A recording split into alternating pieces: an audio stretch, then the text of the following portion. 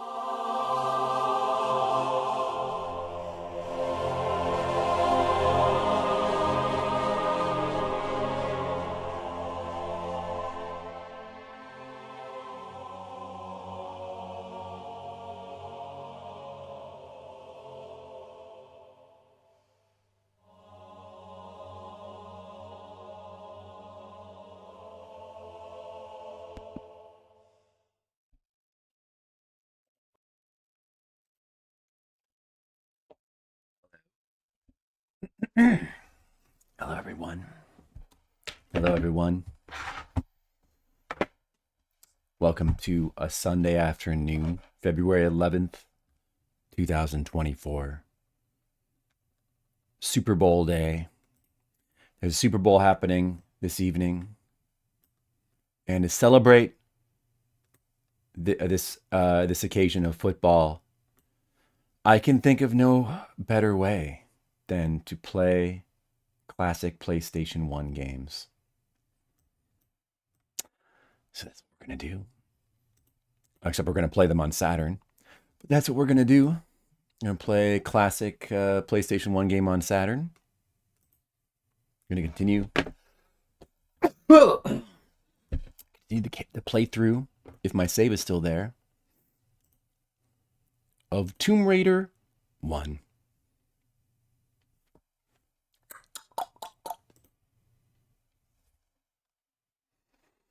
Let's continue immediately. We gotta make more progress. More progress to do.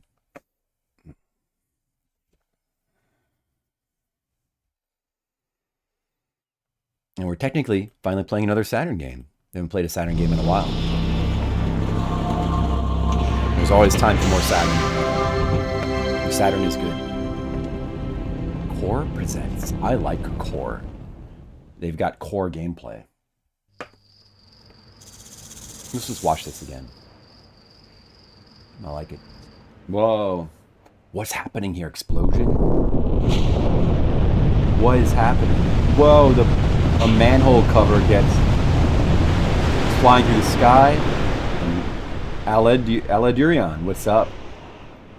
Yes, it's a good day for some gaming.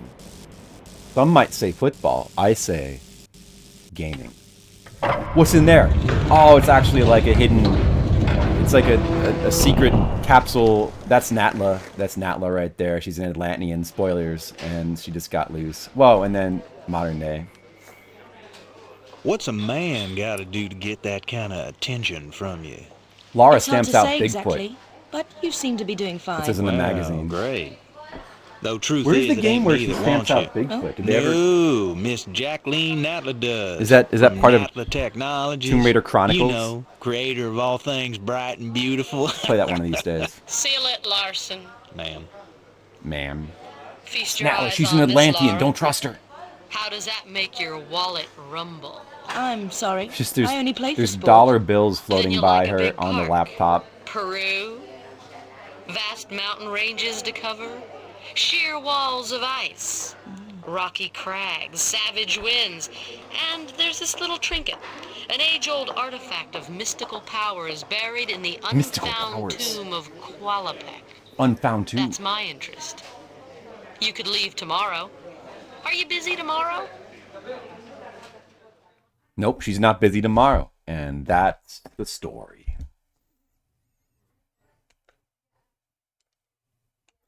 System. Okay, I hope my controls are still not fucked with by the emulator. Coliseum. Yesterday we played through 5 stages. And now we go to stage 6 in the Greece area. Which there is 4 stages. There's 5 stages in the Greece area. Just the biggest area in the game. And we're in the second out of 5 of those stages. How are you doing, Aladurian? Do you like Tomb Raider? I like Tomb Raider. It's one of my favorite games. The PlayStation version, anyway. Let's get right into this little Coliseum area here. See how much I can still remember of all the item locations. There's an alligator in there. Wait a socket. That's not good for my health. Better shoot it. They actually have, you know, a decent AI in the sense that they do run away to try to not get shot by you to a certain extent. Kinda.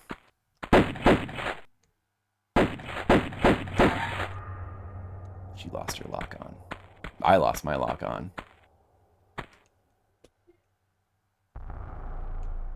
Or did we kill it? Maybe we killed it. You kind of have to kill this one from a...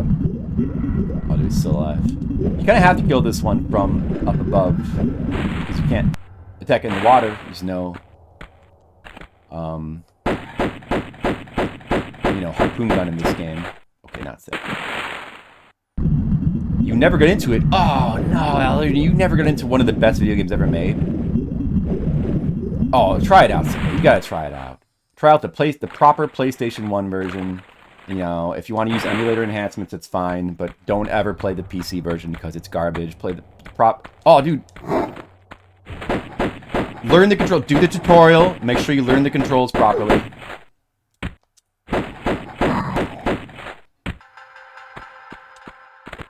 And they're not really that complicated. Like, once you learn the basics, they're not really that complicated. And then enjoy one of the... If you like exploration, if you like games where you explore these vast 3D areas, then you can't you can't get better than this.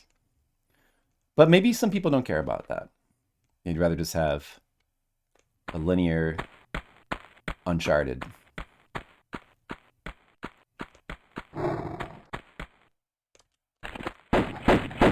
Lion!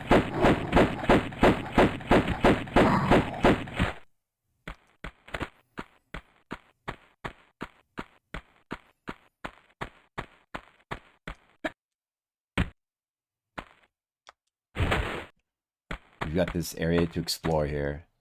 This area, well, if you don't know where to go, it can be a little confusing. It's like, oh, where can you go here? But, of course, you got to climb up and around the building.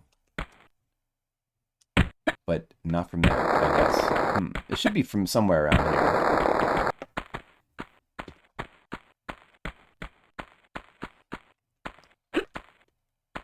Usually, when it comes to the level design, you have to do whatever is the coolest thing to do. You know, I thought you did jump up from around here somewhere. Oh, I gotta go up there, see?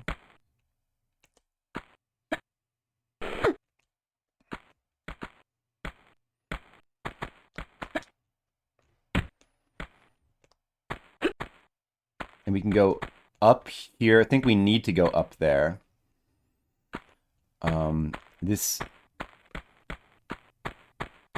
This second tier of floor, I don't know. It probably has nothing, but let's just see if there's an item over here.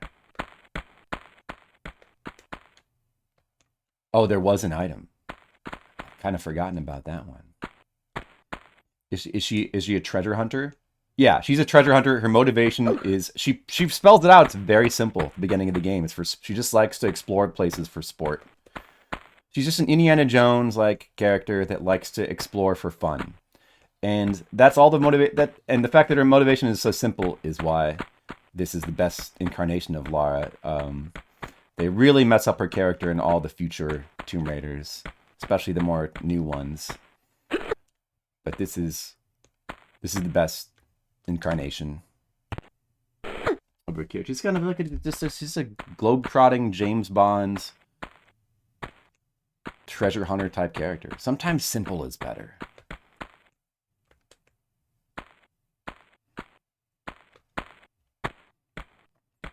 But of course, as we go on this adventure, you know, some sort of story unfolds.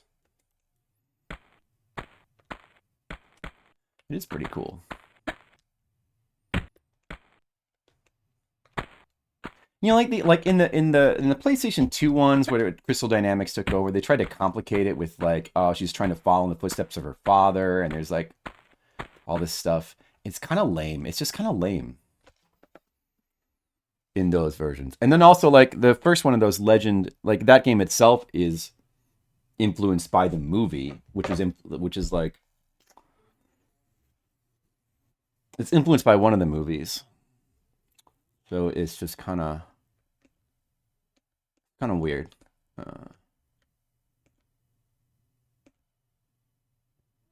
So right here is where we want to go, but there's a secret across here somewhere. Can we just do this? I think so. We have to get across to here.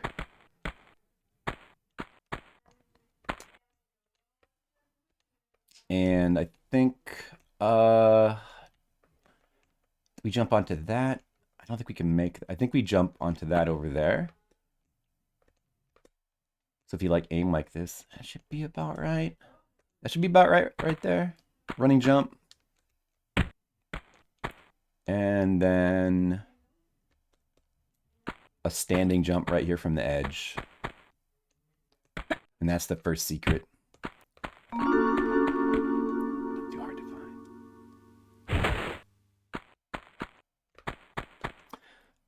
Yeah, there was 5 of these in PlayStation 1. The first PS2 game was made by Core themselves, Angel of Darkness. And that one sort of tries to keep the same sort of gameplay, but it tries to introduce analog controls. And people don't usually like that one too much. I haven't played it myself. But that one really reveals the problem with the analog controls in this sort of game. Like, it just gets sloppier. Angel of Darkness. I have to try that one of these days, but I need to do replay of all of them, so I'll just have to get back to it.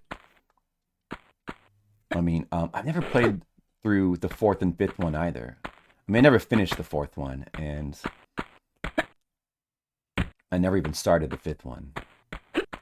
So I got to do that one of these days. Then there's the PS2, the 3 Crystal Dynamics PS2 games. Oh, well, the third one is a PS3 game.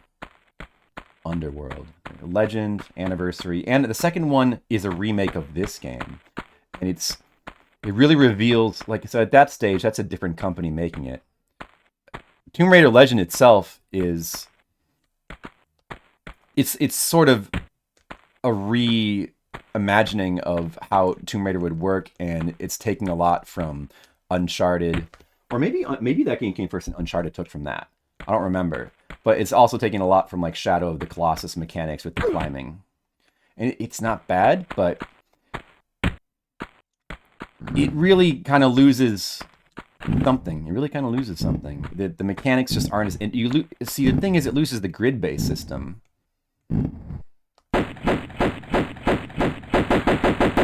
And it really loses a certain intricacy. Like that first Legend game it's still got puzzles and stuff. It's still got some platforming, but it's pretty watered down from what these games are. And Anniversary, which is trying to be a remake of this game, but with the new mechanics, pretty weird design in that game because, you know, they'd introduce like pole jumping mechanics. So like, they did a couple things when they remade this game.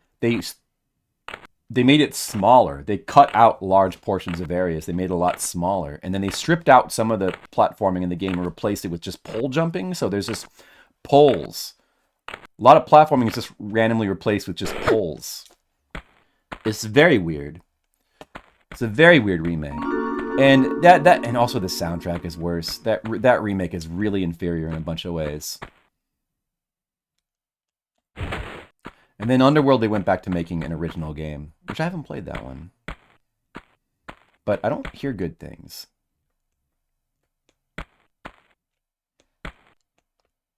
And then came the new remakes or reimaginings, like starting with the 2013 one, where it's like the prequel story, because that's like whenever like a series runs out of creativity or ideas, they immediately go to prequel or like origin story. Like, oh, we ran out of things to do, so we have to start over. Let's do an origin story. Paladin, sorry, what's up? I feel like I haven't seen you here in a long time. Maybe I'm wrong. That's right, classic Tomb Raider. One of the most classic of games. Oh yeah, the sound effect when you find the items is really cool. I do like that as well. I love the style of the music being like, it's mostly just atmospheric sound. But with oh, do you have to actually shimmy oh, okay. I see. Oh, Parasite Eve. Oh, were you here for the Parasite Eve stream that I did at the start of this year? Yeah, that was like a month ago. All right. Another classic PlayStation game. Is that what you like, the classic PlayStation games? I like them too. But although technically I'm playing a Saturn game right now, but it's still classic PlayStation era. Yeah, I did do the full Chrysler Building playthrough. It's very satisfying. It's very good. I do like classic PlayStation games, but there's so many classic retro games to play across so many computers and systems. I want to play them all. So you can't play PlayStation all the time, unfortunately. All right, I don't think we've saved yet, but I think we're probably coming up to a save pretty soon. In the Coliseum area right now. Probably coming up to a save pretty soon. So like you start out on the outside, you can kind of see a piece of the Coliseum on the outside there at the beginning, but you have to like climb up into these caves and go around these areas to get into the Coliseum. We're probably about to get into it pretty soon. And that just opens that. What was back here? Oh, dude. Wild animal. Kill it. Oh, it's music there. Is there a save here?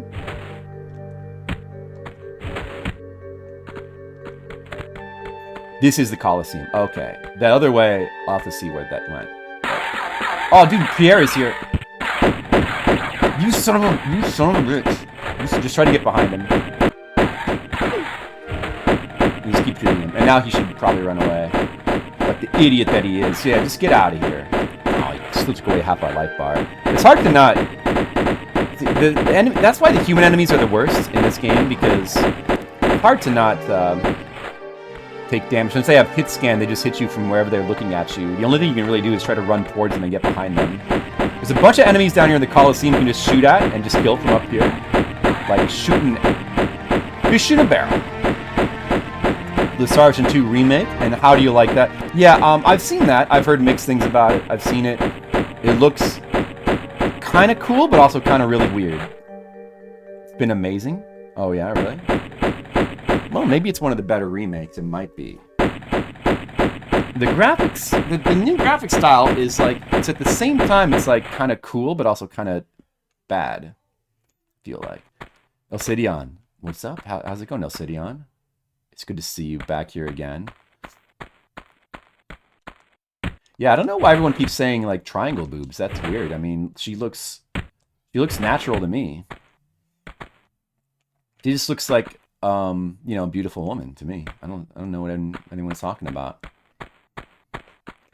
Beautiful woman exploring tombs. QOL improvements. Oh, I hate those. I'm not a fan of those. What are the QOL improvements in that one? I don't know. What would be in Star Ocean 2? I don't know. Just like, is it just cheats? Like, just like you could just fast forward the game? I don't understand why, like, quality of life stuff, where, like, what quality of life means essentially is just cheats. You don't have to play the game anymore. You just speed it up. Just fast forward the battles. Crafting is made easier to follow and understand. Well, I mean, I don't know. Like, that's good and bad. There's good and bad to that. Fast travel. Yeah, it's like, I don't know. It's all stuff the game didn't need, in my opinion. And yeah, like, I did hear that they have made it easier in a number of ways, which I'm not a fan of that. But that's cool, I guess. I probably won't play it.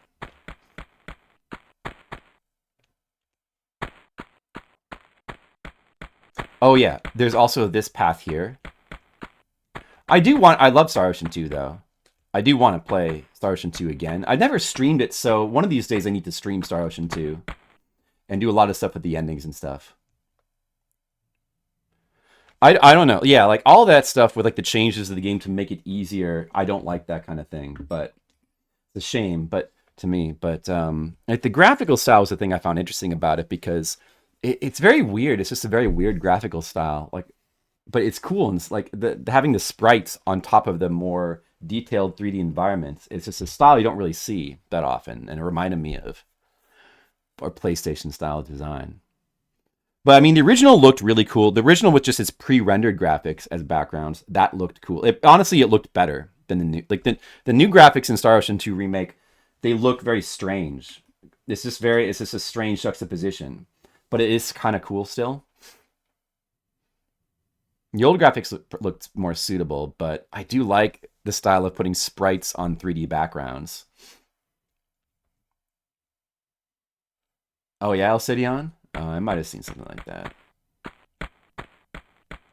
Let's see. So this, what is this area here? That other door leads into... This just, oh, wait, okay. This just goes back to the beginning. I see. So... Did I not even explore this? Oh, okay. Because there was a gate you had to open. And... Let's check what's over here. There could be an item. Oh, it's just nothing. Now you can see enemies spawn in the overworld. You preferred random encounters. Yeah, I mean, trying to force in, like, being able to see enemies in the overworld is not always an improvement. Some people think, oh, that's always an improvement. It just depends on the game. It worked fine in the original Star Ocean 2. No easy leveling tricks. I mean, that's good, I guess. I still don't really care for that other stuff. You power level very easily. Yeah, I'm sure you could. I don't remember that stuff specifically. So now we're in the Colosseum. Look, I mean, it's a pretty cool little set piece area. Like almost every stage of the game has some kind of really cool set piece like this. And of course, because the draw distance is not that great on PlayStation 1, you can't see the entire area at it, you know.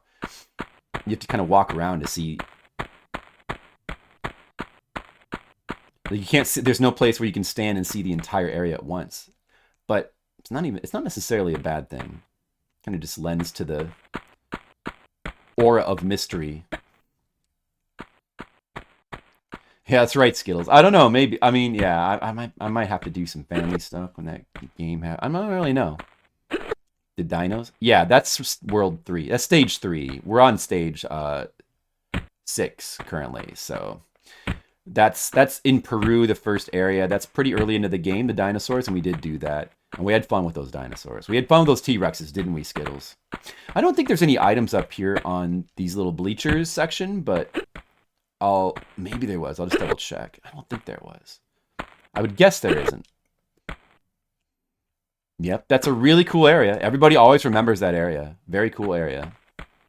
That whole Lost World area. Really cool design. Yeah, I don't know. I don't have high hopes for this, for the remaster that's coming out of this. I just expect they're going to mess it up, putting in the modern quality of life, which is really just like, let's dilute the game and make it either easier and or like just streamline the game out of the game. Don't like that. They'll probably put some bullshit in the game like that. It should just be left alone, or at least there should be a mode. We could just be original mode. We can play the game undiluted. They probably will, because that's just how modern game design is, unfortunately. So I wasn't really planning to play it anyway. I mean, the graphical style of the remaster that they're working on, it already doesn't look very good. Apparently they're using like AI to upscale some textures or something, and there's already been like a lot of criticism, like, oh, it doesn't look good. I mean, you know, many people would struggle to enjoy the game with these graphics, of course. Yeah, I love trophies. The Genesify! What's up? Yeah, Persona 3 is easier. Well, I mean, yeah, Persona 3 is, I mean, yeah, there is a hard, they put the hard mode in. I'd rather just play the original mode of the game in the original game, probably. It's still, at least with that remake, they got the presentation of the game completely right, which seems to be rare for remakes. Because they did exactly what at least I would have wanted to do, which is just, you know, not really change too much, just simply upgrade the art of everything. The music, which, you know, the original soundtrack needed no refinement. It was already like a masterpiece. They didn't change that much, which is good. They added some new songs, which are all really good and fit with the original songs. So it's like exactly, from a presentation standpoint, it's exactly what you would want from a remake. But they did do a little bit, and at least they put in the harder mode to compensate, but they did do a little bit of that streamlining of not only of making the game easier, but like just taking out things that were interesting. Like the shuffle time. One of the ways the game is made easier is there's no shuffle time. They just took it out. It's a fun, interesting little mini game. They just took it out, and you just pick the cards you want. And consequently, that makes the game much easier, because now you can, like, you know, the game was balanced around.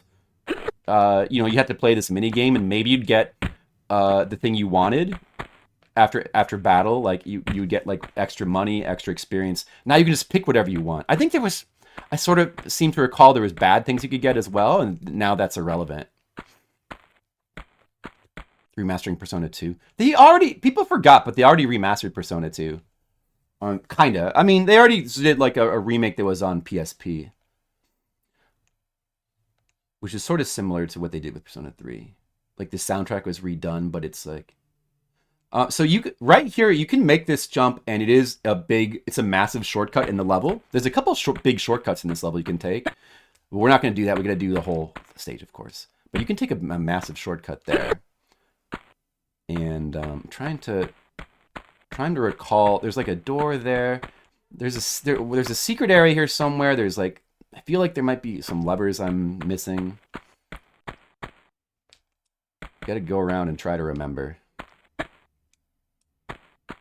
The PSP version. There was a PSP remaster of both the Persona 2s. And the funny thing is that unlike the original releases of Persona 2, where we only got Eternal Punishment, which was the second one, for the remasters we only got Innocent Sin, which is the first one. We didn't get the remaster of Eternal Punishment this time. But, you know, the game was at least made officially in English for the first time. There's also a good fan translation of Instant Sin you can play, which is one I'll probably play at some point. Can you I don't know if you can do a shortcut here. I feel like I'm missing something somewhere. We could just drop down into here, but why aren't these doors open? Do you have to drop down into there first? I don't remember this area. Or I don't remember what opens these doors. One of these is a secret. How do we open that again? Were there switches? Where are they? Maybe they're down there. What's the deal?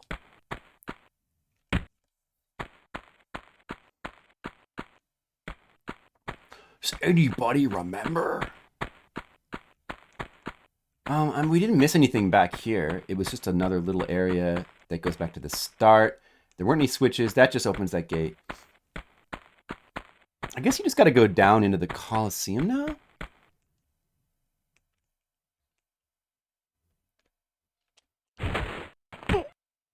We've already killed the enemies in here.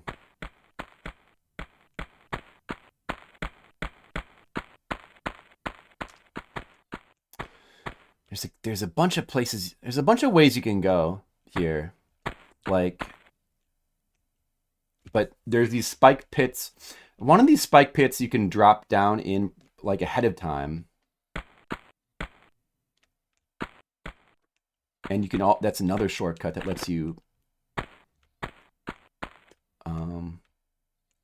avoid a bunch of the area. Oh, you can see the save crystal down there. And then we can climb back up there. Trying to remember. Maybe, what was the intended way from here? To like climb up through here? When it like, oh, there's, you could see that line before it was activated. All these enemies have activation points in the stage, and if you, it's possible to skip some of the activation points, and you can find an enemy that's kind of frozen in place. Like right here, there's like an activation point in here, so as you're approaching it, you can see the lion just like standing over there, and this is probably one of the easier ones to reach without activating. And I forget if maybe you can just like shoot them as they sit there, something like that. But the game's usually made in such a way where if you just play normally, you never notice that.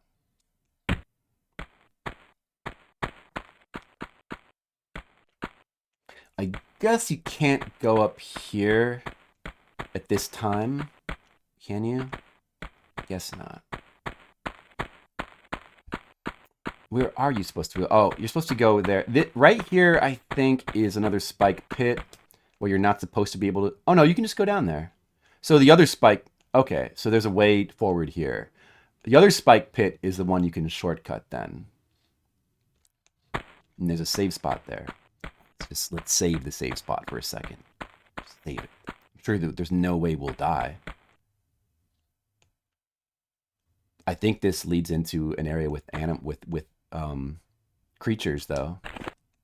Lions or something. Is there a lion? There he is! Oh, there's another one! No!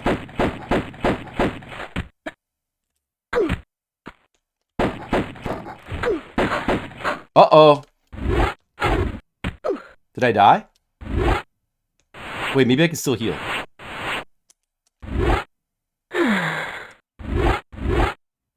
No. Oops. Wow. Look at that. It seems like I should have saved the game. I made a mistake. That was not good.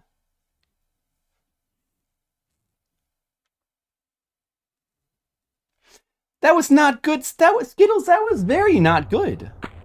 Now we have to do the whole stage over again because I could have saved right there and I didn't.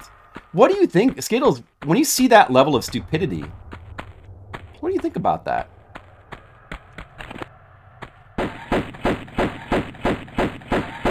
I mean, I was trying to, I thought it was going to be fine. I thought, you know, it's just a couple lions. I didn't think they were going to, like, and, you know, I did a bad jump. I did a bad dodge.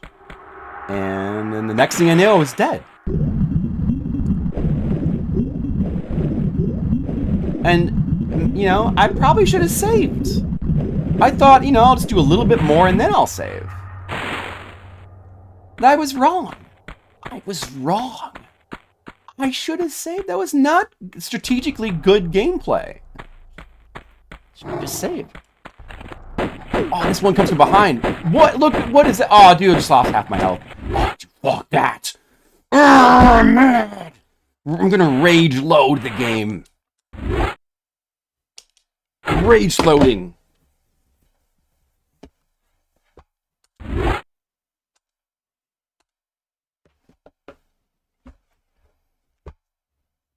But that's okay because not that many people were here when I started the stream. So maybe some of you guys didn't get to see this part of the level. Now I can show you again. We'll just go through it again. I'll show it to you again. And that's good. Yeah, no. We're going to get back to that spot in like 2 minutes. Maybe 3 minutes.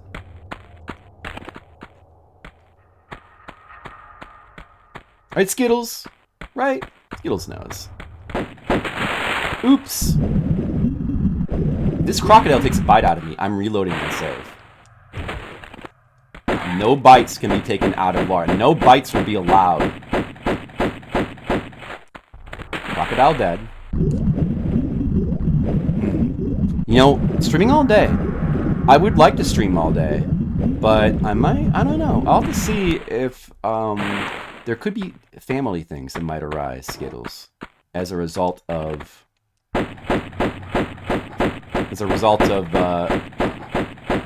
football events. I don't know, but I might stream for a while, and then I might cut the stream, and then I might come back and stream more later, or something like that. I'd like to stream all day. I got a lot of Tomb Raidering to do. I want to continue to make progress here.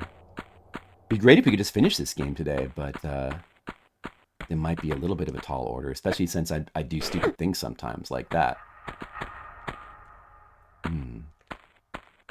We're just going to play through the level quicker this time. I remember where all the items are.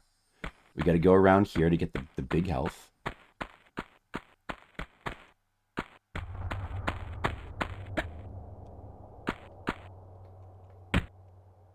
So here we are at the beginning of the stage again.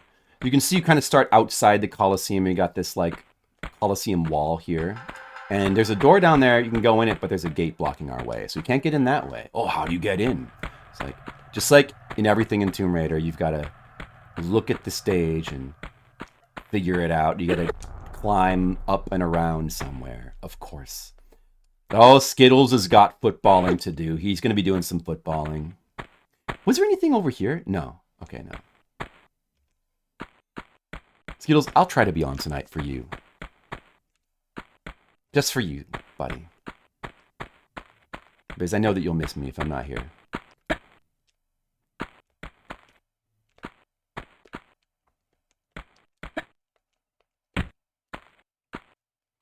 Alright, collect the first secret here.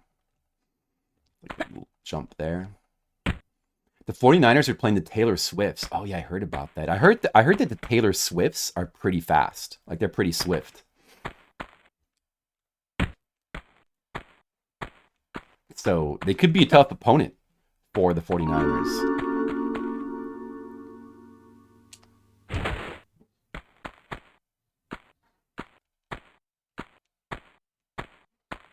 But I mean, if the 49ers do end up damaging the Taylor Swifts, we'll have to see if they'll be able to shake it off.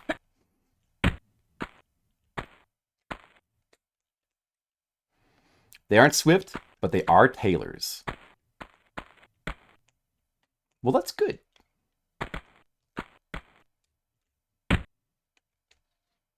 Good for them. Wait a second. Where do I jump to from here? Oh yeah, the first time I did this, I just fell down because there's a way to get back across here, but maybe from here you can jump up. No, I don't think I jumped to the right spot. Maybe you can stand on this one above me here. Oh, you can. Okay, there you go. And then from here we got to get into there. Oh, dude. They make their own jerseys. That's so cool. Well, who wouldn't respect this very crafty football team?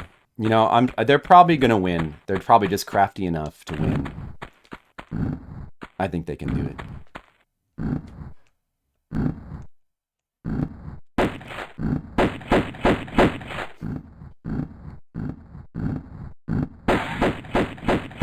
It's gonna shoot. I'm gonna shoot. Man, I should have got my shotgun out that one spot with the lions. That was a perfect spot to get the shotgun out, and I totally forgot that I had that. And because of that, I lost about 10 minutes of time, more or less.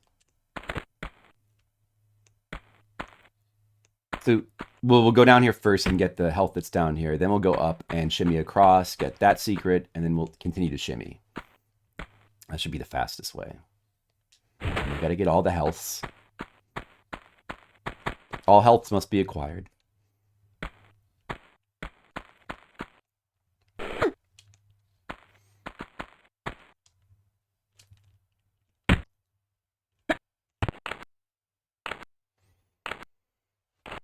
Is anybody else gonna watch football today? Does anybody not know there was like a football game that was happening? With big important teams playing for a big important game? There's been times in my life where I haven't even known. Just been doing whatever, my own thing, and it's like, oh, what, the Super Bowl's today?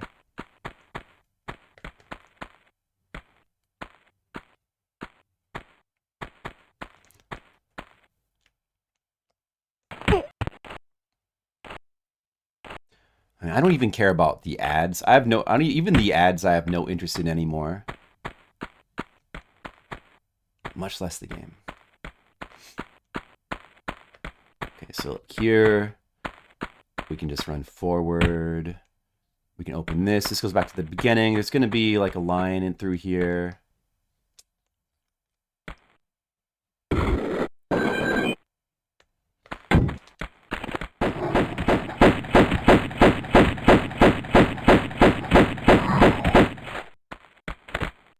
And this leads back to the start. I forget if there's a reason. I think there were no items over here, but for the sake of killing all enemies, we'll just take a quick look.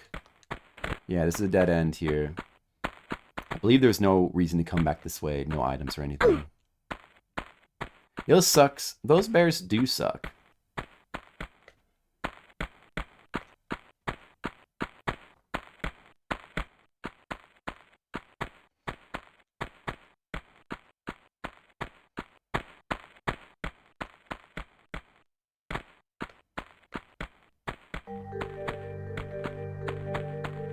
We get the cool music that I associate with Palace Midas, but it actually plays here in the game first.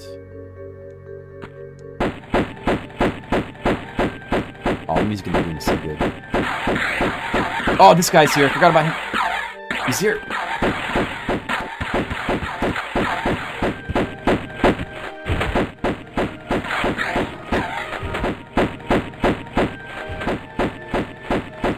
Chase him away.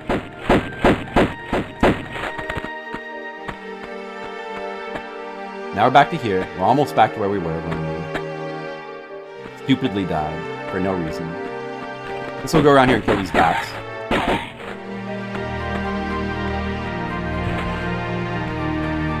Listen to the music, Skittles.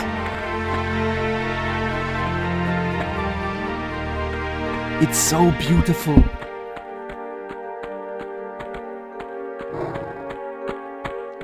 There's still enemies down there. Gotta kill them.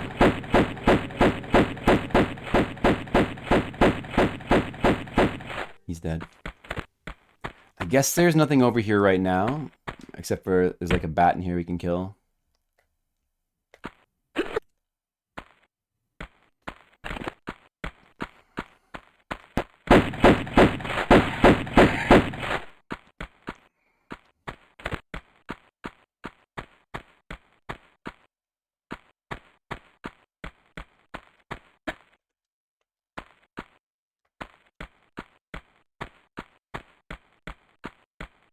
Three doors here. They have to be opened somehow. Yeah, these doors open again.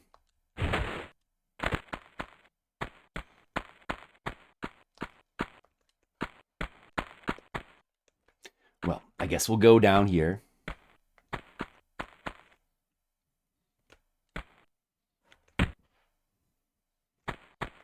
I think there's a lion over there we still haven't killed.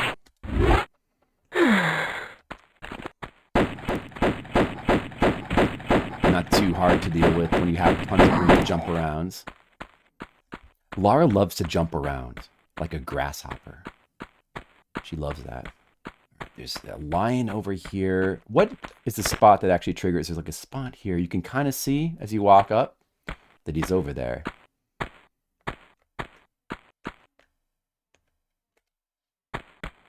He isn't activated yet. Behind that little wall. If you like do a weird jump here, maybe you can like skip his activation.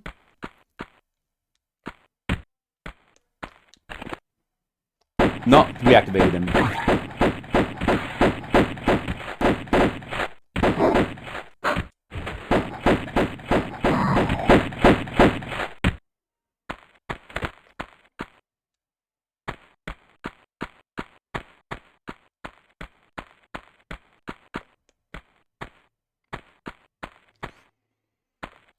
Now we're going to go use that save spot over here. We're going to use it. We're not going to... Only we used it before. Well, it cost us about 10 minutes. We'll just have to live with that for the rest of our lives.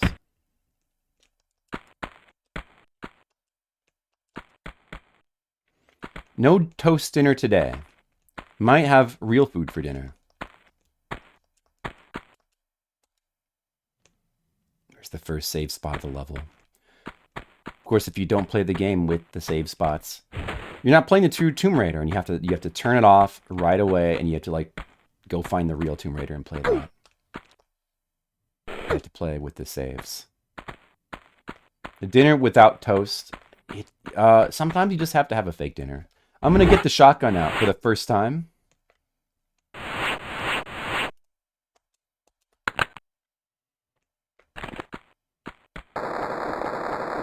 Because this is a good spot to use it.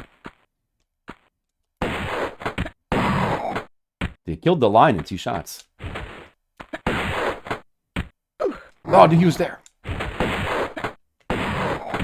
2 shots to kill that lion. And how much shotgun ammo did we use? We have 21 left. Back to the regular pistols. And it's an acceptable usage of it.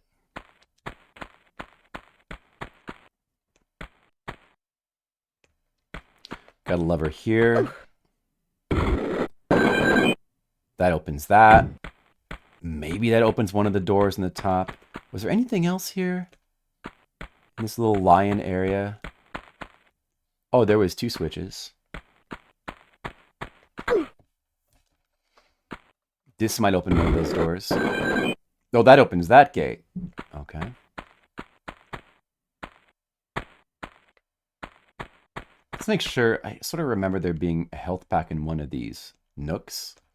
The prison area of the gladiatory arena. Maybe there was a health. Maybe there wasn't. I hear another lion. He must be over here. Oh, he's up there. Kind of shoot him from down here. I think we can just do this and shoot him, right?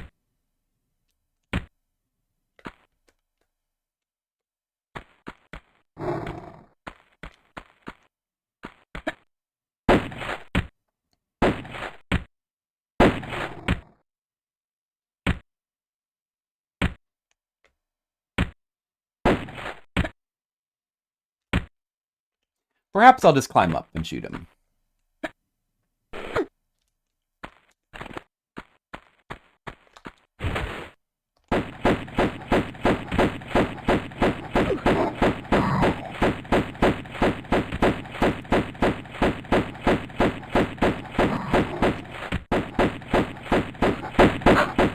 Oh, damn it. I did not need to jump into him like that.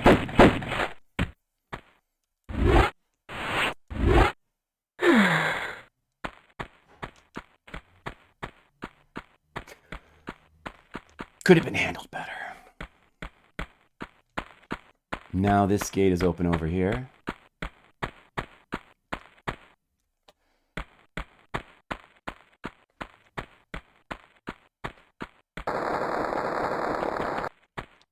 Probably going to be more lions here. Maybe I'll get my shotgun back out.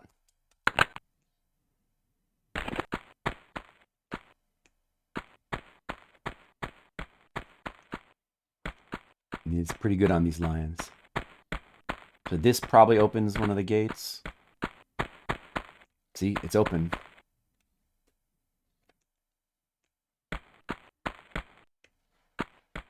And what's going to be in here? More enemies. Of course. No?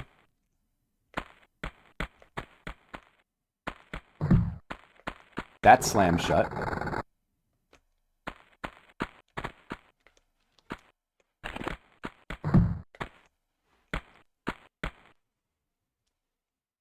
Little timed puzzle with the gates here.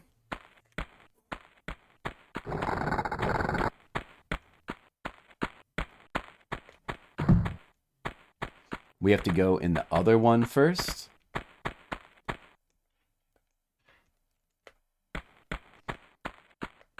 Man, dude, the movement in this game is so fun.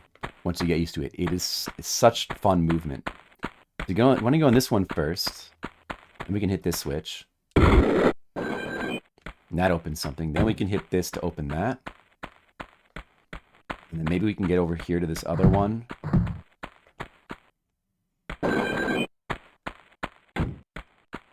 And did we mess it up? Maybe we messed it up. I don't know. I think I heard a gate somewhere close again.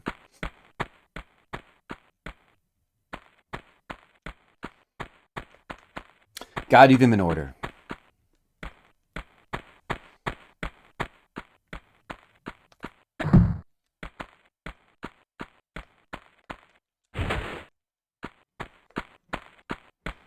Gotta be quick.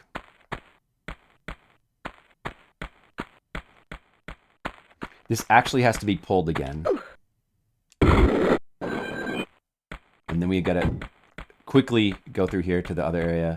It has to be pulled. That switch will go back down if we aren't quick enough. Wow, do we have to be that quick? Be that quick. Damn. Maybe you have to do that in another order. No, wait. No, it has to be that order.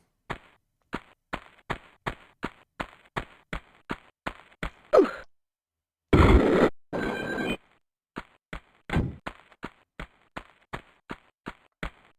has to be like this. There we go. No! Oh, look how tight it is. What a tightly timed puzzle.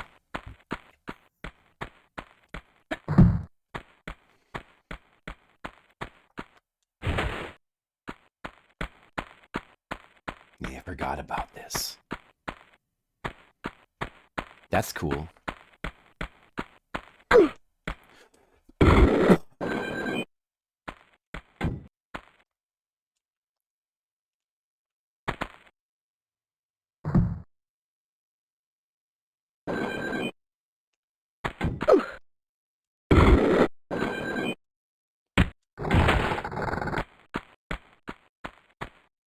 We already messed it up. We already messed that up.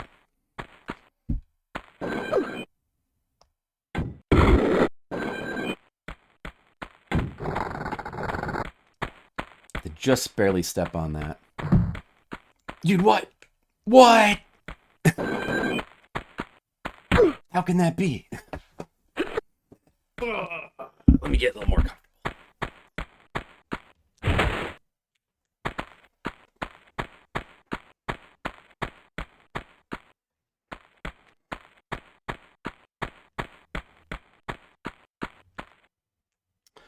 This is pretty fun, though.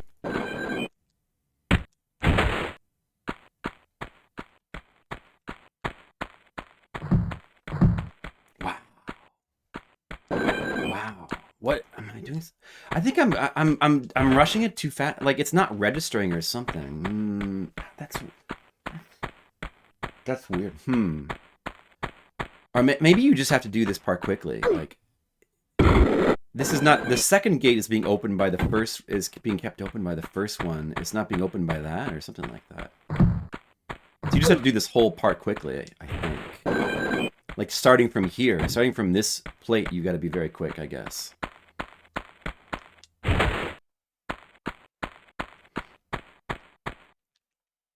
Like starting from here, you got to be very, very fast, I suppose.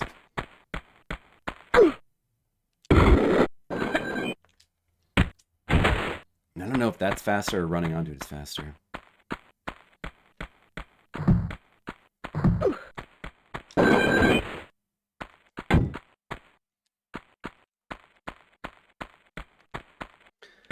Maybe rolling is not the best. Maybe you want to actually just kind of like, just slightly touch it while running it like, you know, like starting from here maybe, and then kind of just slightly touching the corner as you run is probably the best way.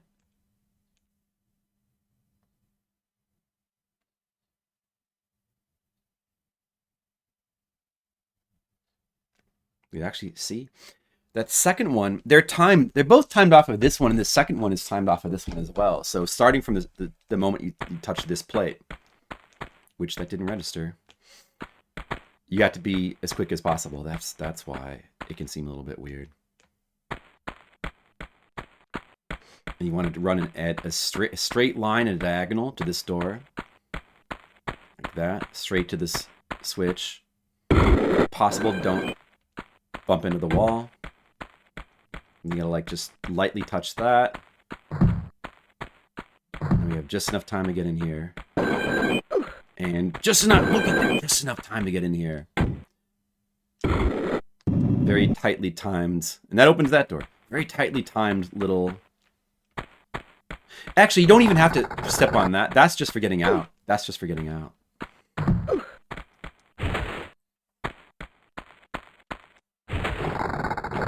Dude, hopefully that door isn't timed as well. I don't think that door would be timed. Like this door, I don't think this, if this was timed, that would be a little crazy. And that takes us down to this spike area. So if we had just, it was possible from up there, the first time we got up there, to glitch down here. If we had just glitched down here, we could have skipped all of that. And of course we want to save now after doing that. Right? Probably. Unless, let me just see what's over here. Yeah, we want to just go ahead and save right now. So you can just like, although, well, you could, yeah. I mean, you could use that other save point. Then you could like just mess around a little bit with trying to glitch down into this spike area. You could skip all of that, and it looks like you don't miss too much by doing that. Were there any items? Were there even any items in those areas we went through? Can't quite recall if there were items or not. Dan Schoening. You bet 20 on me winning the Tomb Raider Bowl today. Oh, thank you, Dan. I can feel your confidence. Don't worry. I'm going to beat those Taylor Swifts, Dan. Because I am swifter than them. That's one of the teams, right, Dan? The Taylors? I'm going to beat them. I got to climb up a little vertical shaft here. And where does this take us? Takes us back into the Coliseum. Now we're in this little rocky debris area. There's the Coliseum again. I thought so, Dan. See, I know my sports ball. And we're above that spike pit there. And you're supposed to go... Where are you supposed to go from here? I think there's an opening over there. But there is a little secret here somewhere. There's like a secret. You can jump into somewhere and get an item. I'm pretty sure if my Tomb Raider expertise pays off. The Swifties versus the 49ers. Yeah. There it is, Dan. See that? Shotgun shells. It's a good thing you're watching the foremost Tomb Raider expert here. Or you wouldn't have known about those shotgun shells. Now you do.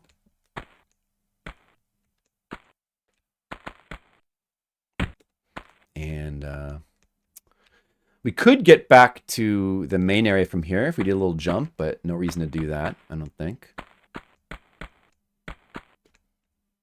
Want to just go this way. Into this opening here. So this is like, there's a lot of areas like this where you have like this big central set piece area, like this Colosseum, and you end up having to like, to figure out where to go, you end up like going down beneath it, around it, on top of it.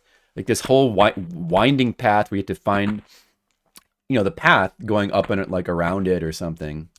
Like all these like kind of interesting ways you loop around the area. And the only other game I can think of that has design, like level design that reminds me of this would be like Souls games. Like Souls games actually harken back to this a little bit with their design. But aside from that, you really don't get, so I mean, when I talk about like 3D exploration, like that's what I'm talking about. It's like you've got this like big area and the design just kind of keeps looping around in interesting ways. Let's see, are we supposed to get over to there from here? Is that where we're supposed to get? I think that's where we're supposed to go. There isn't a cave here, is there? It looks like there was, but this actually goes nowhere. So, yeah, I mean, I know she's got that song, Shake It Off. And then what else? I don't remember. I've probably heard a couple other of her songs, but I don't really remember offhand. I don't really listen to modern music that much. I don't care that much. Hey, you Goonie. This sort of feels like some Goonies-ish game design in this game. There's a little bit of Goonies in this. A lot of exploration of caves and stuff. Why do I play the best retro games? Because I like them. Somebody's got to, you Goonie. So we're supposed to get over to there. I think that's where the cave is. And that's why this little piece of rock is here. And we can jump to this. Or no, actually, there's not a cave here. This is how we get to this area. The balcony area. Or this, like, this higher, you know, whatever you would call it. Like the little high balcony area of the Colosseum where, you know, like the king and queen would be sitting or whatever. But, yeah, as I said before, so you could shortcut to this. You could actually make the jump from down here. When we first got to this area, you could have jumped from the railing over there. Oh, dude, monkey! I'm still using the shotgun. I'll switch back to the regular guns for this monkey. Where'd he go? The monkey's hiding. Yeah, so we could have... It is possible to jump from there up to here. Oh, no! Did I save recently? Maybe I should just reload right there.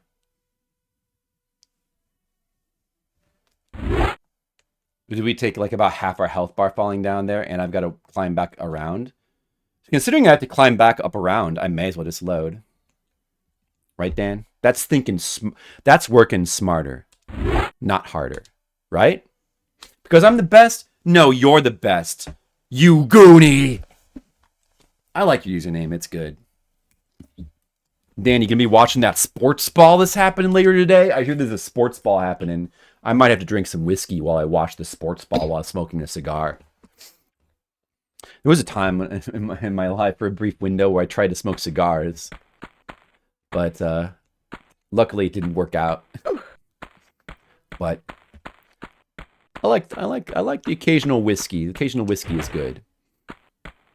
Good. Well, I don't know. I might end up being roped into watching sports ball with family. I don't know. There'll be some more Tomb Raider today, but I don't know if I can make it an all-day stream like you would like it to be, Dan. I don't know. I don't know what's going to happen. We'll have to see.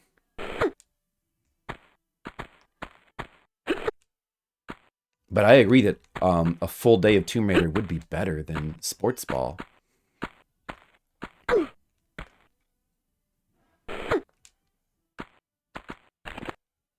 Let's switch back to the normal guns here, so that we're ready. That guy did take off half my health bar, more than half, when he pushed me down that cliff. But it's a quick fix to get back. We just have to, now I know where to go. Now we just have to get these shotgun shells up here. Dan, did you ever play through these games when you were a young Dan? Having the PlayStation for the first time. I feel like if you owned a PlayStation early on, you probably played these. It's a good chance. Because it was the hot video game. And as far as I'm concerned, it still is the hot video game. This is like premium 3D gaming. Yeah, I played this when it first came out as well. And then I played it for years afterwards. I've probably played through this game 4 or 5 times. Or maybe 6, something. A lot.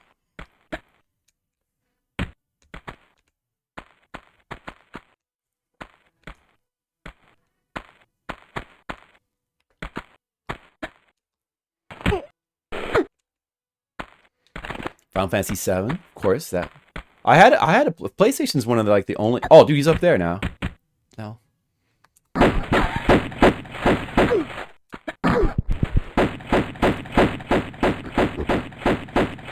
I'm caught on this bench.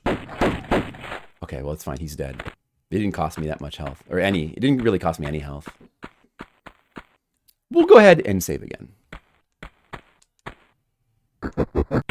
There's another monkey in here, though. We better kill him first.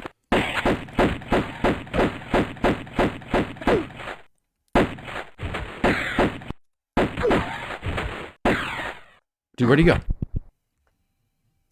Okay, he's dead. Okay, now we'll save. Parappa, Final Fantasy 7, Twisted Metal. Yeah, Twisted Metal 1 was one of the first games I played on PlayStation 1. I was... It's one of the only consoles I was an early adopter for. For some reason, I was just very excited about PlayStation 1. Final Fantasy 7 was a big part of the reason why. But I played all the early games. I played some of the launch games, like Ridge Racer was good, and I played Twisted Metal, and I don't know, Battle Arena Toshinden was cool. No. No, it was cool, Lara. Don't say that. No. Battle Arena Toshinden was pretty cool.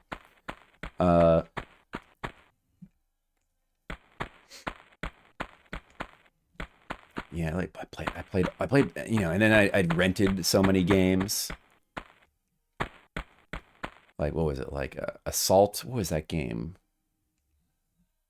Something Assault. And Demolition Derby. All the early PlayStation 1 games. But this is one of the really big, monumental... This is one of the first, really big games to come out for PlayStation. And there was all these articles and magazines about it, and everyone was crazy about it because it was an amazing game. And it still is. There's just no other 3D platformer exploration game like this, aside from, the other Tomb Raider games on PS1. There's really nothing else like this. Nothing else has really come close to... The level design of this game is astounding. So that opened one of the doors inside the little areas there. Okay, that's one of them. That's one of the switches to open those. That probably will stay open. There's a water area here. I feel like this water might be the end of the level. Or at least the end of the level. That's probably for later. And this area here does this go out to like the front of the Colosseum? Maybe this is the end of the level, these doors. That might be the end of the level. So I guess we have to go back out around this way and go into the Colosseum, back to the area we started from, I guess.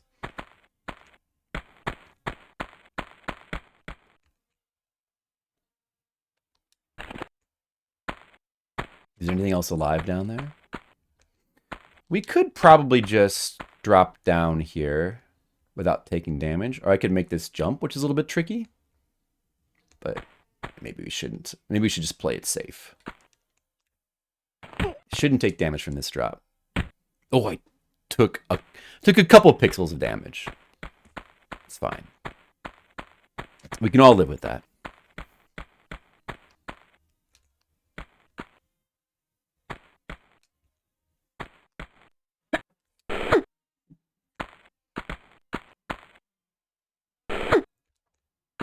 So we're still missing one of the secrets in this level. It's in one of these nooks, but I don't remember how to open the door.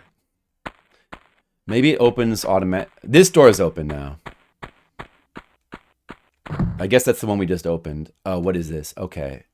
Some area where we can probably die. There's a boulder there. Oh, dude, we have to get in the pit. So we have to get in the pit to survive. Okay, yeah, that's right. I remember. We're gonna jump down there quickly.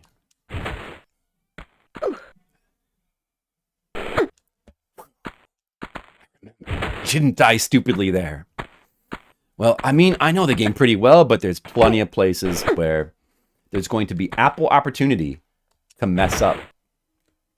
And you know what? Me, honestly, not being a perfect video gamer, I probably will screw up and make more mistakes and die in stupid places throughout the game. And that's just going to be part of the excitement of this playthrough. All right, that opens that second door there, but how do we open the third one that's a secret? We open that. This takes us back out to where we were, right?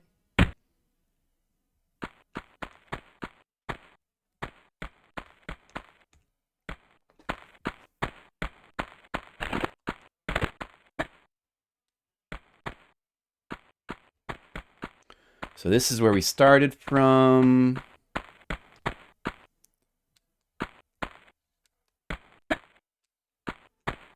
This door is open, but let's check over here to see if this door is open over here.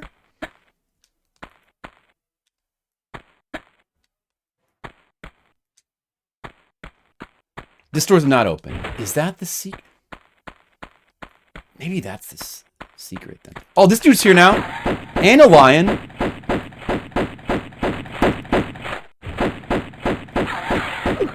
He's teamed up with the lion against me. That's not fair. All right, he's running away now. Now we can just focus on the lion. Oh, the lion!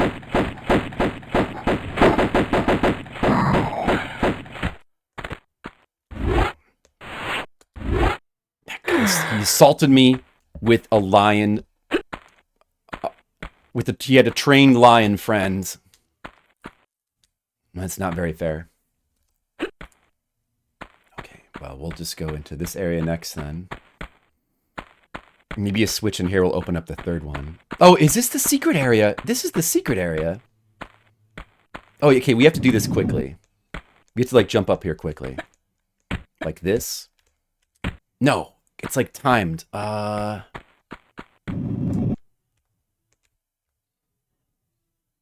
door up there closed. This is timed. Okay, dude. All right, let's see. What causes that door to open? Something here. Did it open? Or do we only get one chance at it? We can't only get one chance. Does it open when we... Oh, it opens when we're here. Now we have to quickly jump up like this. Oh, we just barely made it in. Look at that. Look at that. Did it.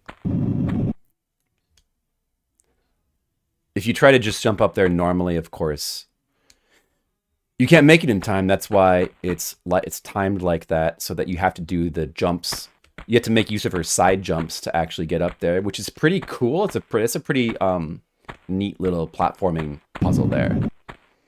It's not too hard if you remember how to do it.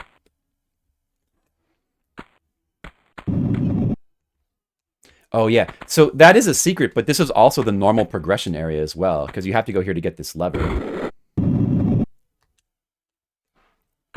So this is actually, you do have to come here ordinarily anyway.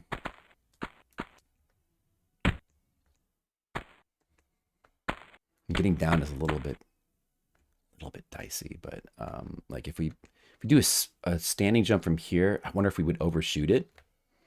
Or we could just aim for this one that's down a little bit more. And we do, let's see. A standing jump from here looks like it should definitely be fine. If we aim right for the corner, this should definitely be fine. Should be no issues. See? And we just drop down.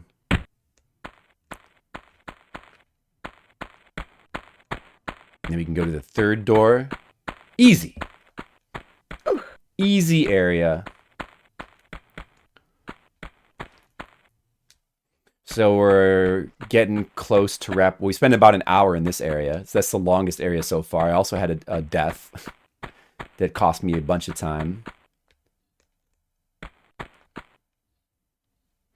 The areas do get longer and more complicated as you go. So that's why there's only 15 areas, but the game is quite long. Even if you kind of know where you're going. So that opened up, I think that opened up the end of the level. The end door? Or maybe that's not the end door. Maybe the end was down in the water. Now we can go through here. This shortcuts us, I guess, back to... I don't know. Somewhere. Or it doesn't shortcut us, it takes us to a new area.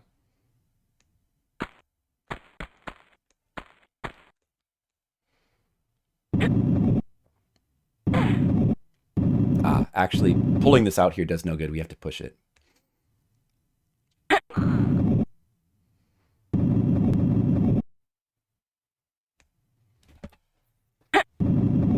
Your pushing animation is good. You just got a good pushing animation.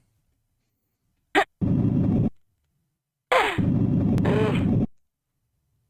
that takes us to here.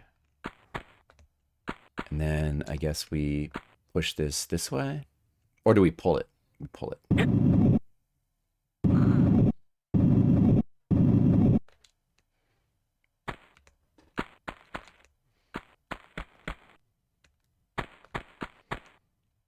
And we get a key. Oh, look at the key in the light, the mysterious light of this little nook. Okay, we get that. Now I guess we go back the way we came.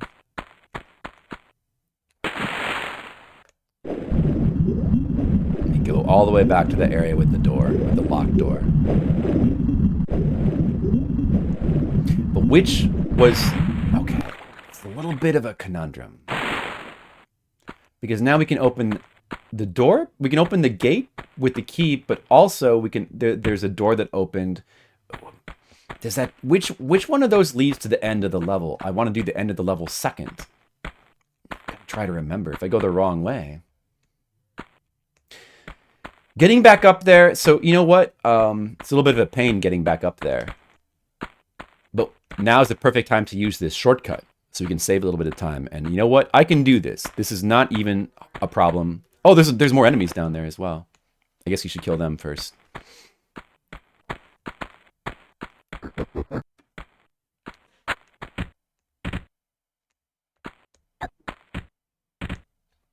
There's a monkey down there. Where do you... Oh, there he is. First, we have to kill this gorilla. You can't be allowed to live. Is that it? I guess so. Let's try to do this shortcut. Right. Cool shortcut. And again, if you use this at the beginning of the stage, you can skip at least half the stage, if not more. You just need to... So you kind of angle yourself right into this corner. Like, I don't know, like this...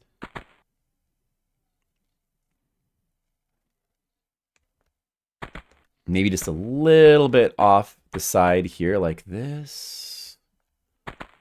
We want to angle just a little bit to the edge of to the right of the corner, and then maybe from about here.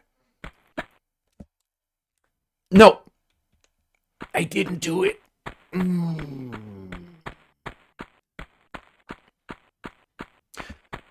Or we could do it the normal way, I guess.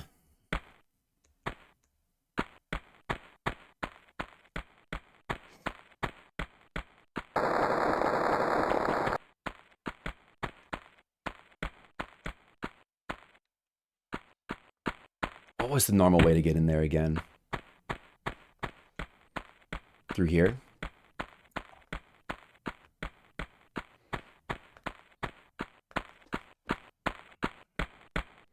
Oh, yeah, that's right. And then you go like through these... Right. Oh, well. It would have been cool if you got that shortcut to work. That would have been pretty cool, Legionary Shark.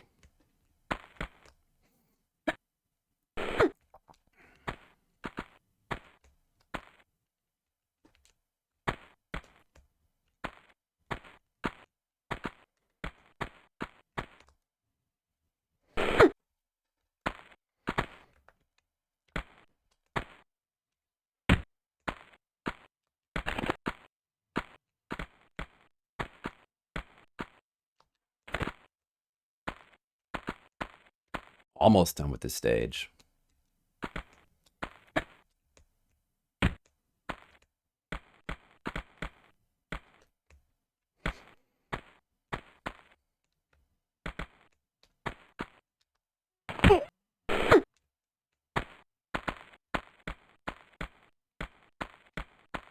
Do we do this water area for which is the end of the stage? The water area or that gate there?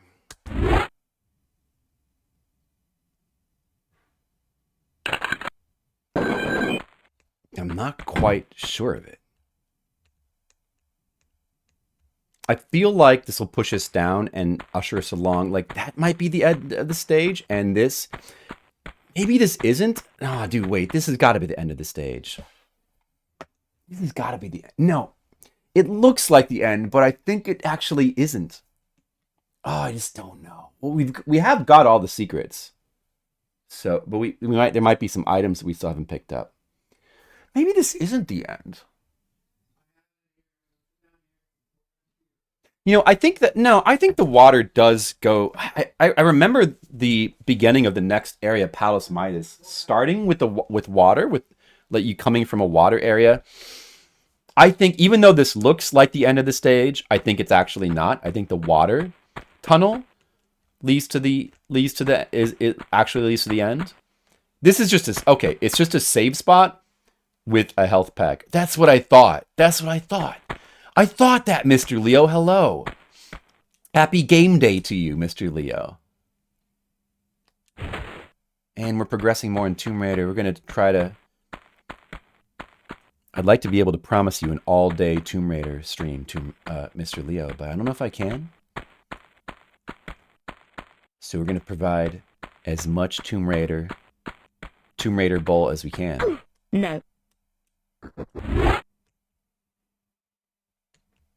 Well, we have the key for this. Oh, I opened it. Yeah. There's still a monkey running around that we haven't killed. What's up with that? Let's kill him. One more monkey running around.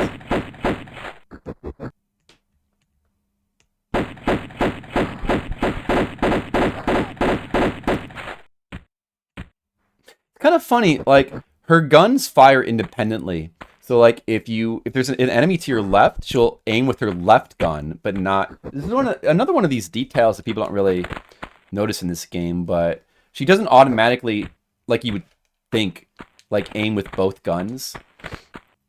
Like, the guns aren't just for visual show, like her two guns. If an enemy's to her left, she'll only aim with the left gun. So ordinarily, she'll start out shooting with both guns in tandem, and the guns will both fire at the same rate.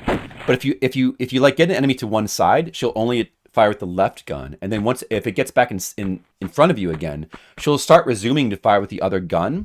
But depending on the timing of it, the guns might then be off they might be off, out of sync with each other. So then she'll like be shooting, like the gunshots will start alternating, because ordinarily she shoots with them at the same time. And it's kind of cool that she can do that. It's like a little detail that probably most people wouldn't really notice. Firing with only a single gun does mean less damage. Yeah. And there's no mechanic like that with the shotgun, but or the Uzi, I think. But the Magnums have the same thing as well. If you end up shooting with, yeah, hitting with only one gun, I believe it does. It should do less damage. Yeah, dude, the crocodile here. Escape the crocodile. Oh no, he took a bite out of me. Get out of the water. That stupid crocodile there. If we could kill him from up here, it would be ideal. Let's just see if maybe we can.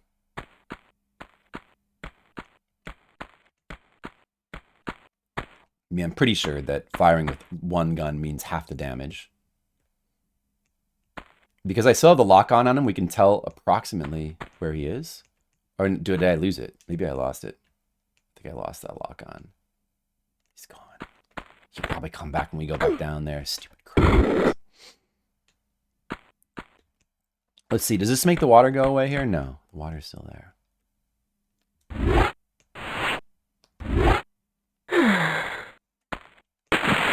It's probably still in here.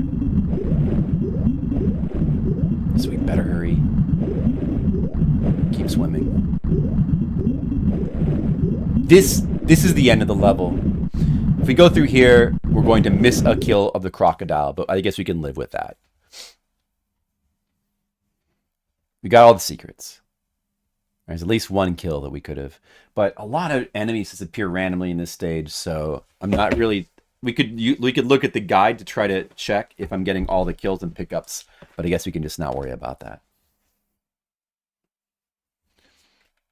I haven't even gotten all the secrets to this point. I've already missed 2. And I know that Mr. Leo is a little bit disappointed with me that I didn't get all the secrets. Sorry about that. I can only bow my head in shame to Mr. Leo. Hopefully he'll be able to forgive me for missing 2 secrets already. Got the different loading screens in the Saturn version. Yeah, see, like I thought, we enter this stage, Palus Midas, from the water, this little pool area with the sharks in it. All these Greece levels are the best levels in the game. This is one of the coolest levels in the game. It's another one of my favorites. Alongside St. Francis Folly. It's a very, very cool stage. It's like a big stage with like many different set piece rooms that like all interconnect with each other. No, it doesn't. In fact, you can't even get all the secrets anyway. So it's probably for the best because you can't collect all the secrets due to a glitch. But even if you could, there's no... The only point of getting them is just simply to get them, which is fine. You know, it's fine that it's that way. See, I'm actually only fine with one gun now.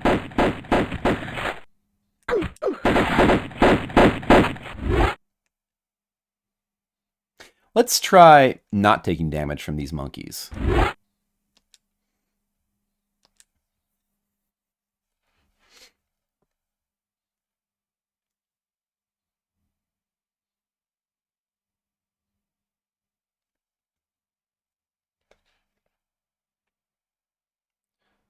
They're meant to be gorillas. I'm calling them monkeys. I'm pretty sure they're meant to be gorillas. This is a pretty big area. I don't entirely remember what is the logical sequence of events here. There's a crocodile over here. Don't.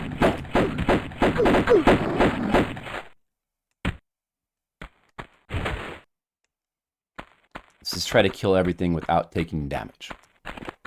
Some monkeys in here, of course. We can just like step into here and then backwards, and they should follow us.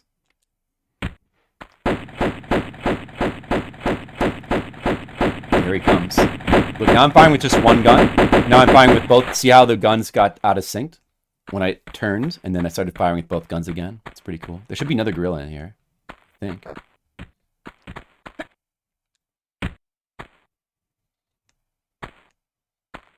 Should be another gorilla somewhere. Where is he?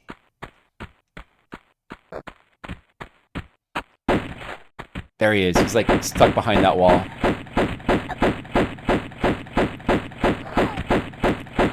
Just kind of jump backwards while firing at him. You know, the combat in this game does definitely work the best when you have a large area to jump around in.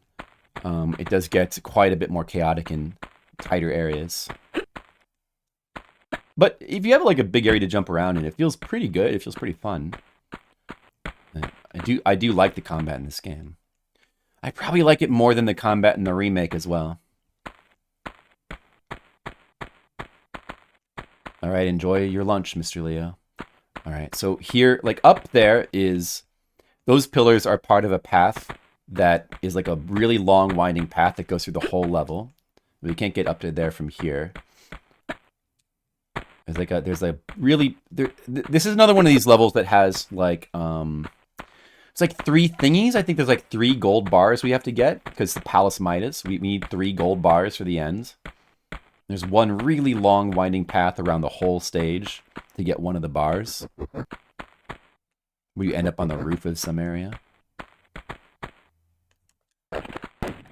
This palace, right? This little palace area, what looks like a palace.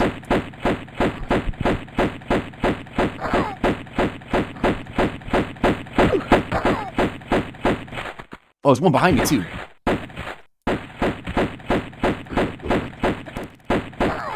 Okay, we got them all. No damage yet. That's good. We have another like little big palace looking area with a door, and there's a roof here, and I think on top of this roof is one of the gold bars, and it's a very, very long winding path to get to that, I seem to recall. This actually opens for us. Is this where we want to go right now? Maybe? Maybe it is. I feel like this is actually not the main path.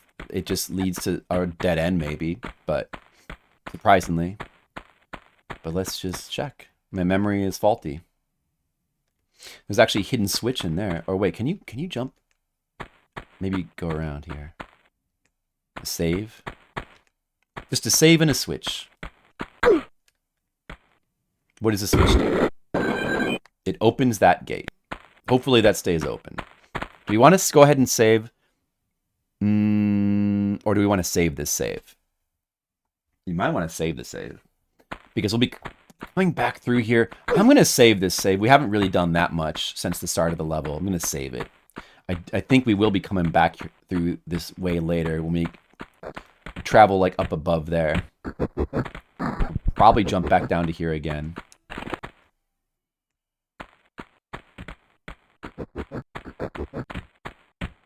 Some more damn monkeys somewhere. I mean gorillas. Where are they?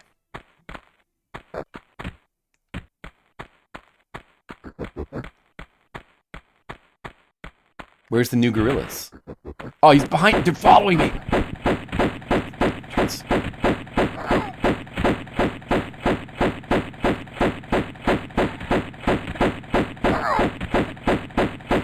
Okay, we got it. All right, back to where we started from. And there's an area to the left. This, I think, is the way we actually want to go. And what was over here? I think this area... Wait. No, that's the way we want to go. That right there is the way we want to go. That leads to the staircase, and that's the normal path. What was this then? Maybe this leads to there's like a garden area. Oh, this starting with the pool here, there's a second level here. We'll be going through there later. We'll be going across that later. This staircase that goes down into like a garden area. This leads to Palace. This leads to Midas. I don't think there's any reason for us to go this way until later in the stage. We can save that. So we probably want to just go to that staircase place now.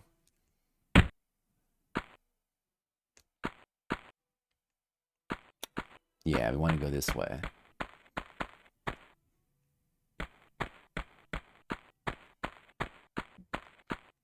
And there was a crocodile here. We killed the crocodile, right? So, like, over here, there's, like, a lower area. We can go explore it, but we'll drop down there later anyway. So I think we can leave that. We want to go up.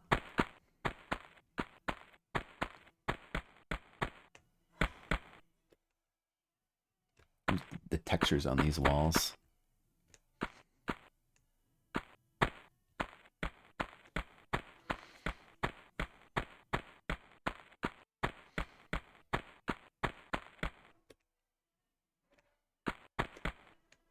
So this is the main set piece area here. There's some enemies here somewhere. 3 more gorillas to kill.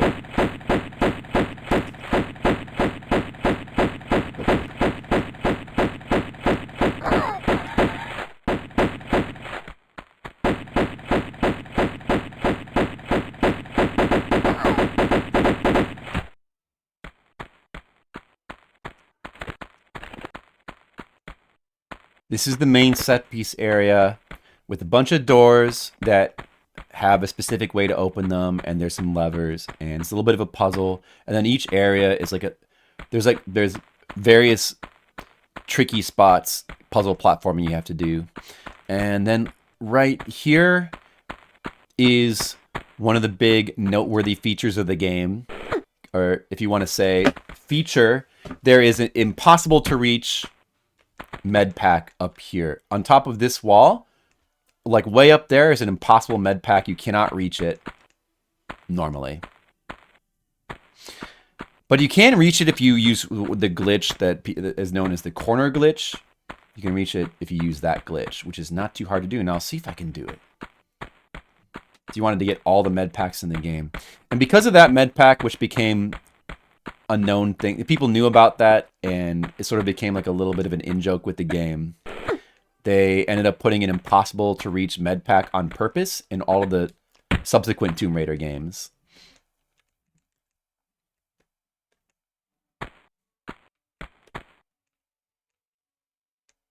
There's more monkeys now at this point.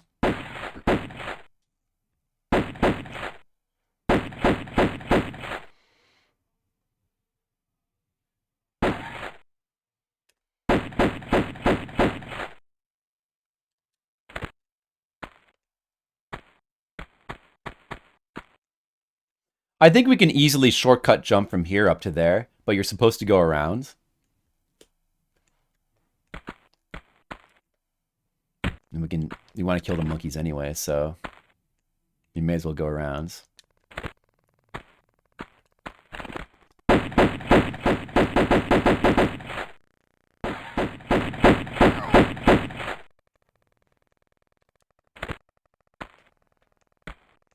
Plus, I guess there's probably an item we can get on top of here.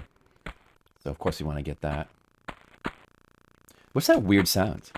That's not supposed to be in the game.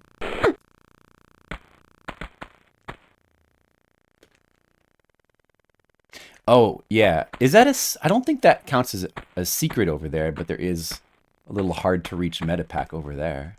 So that's... Maybe this is a secret. I don't know.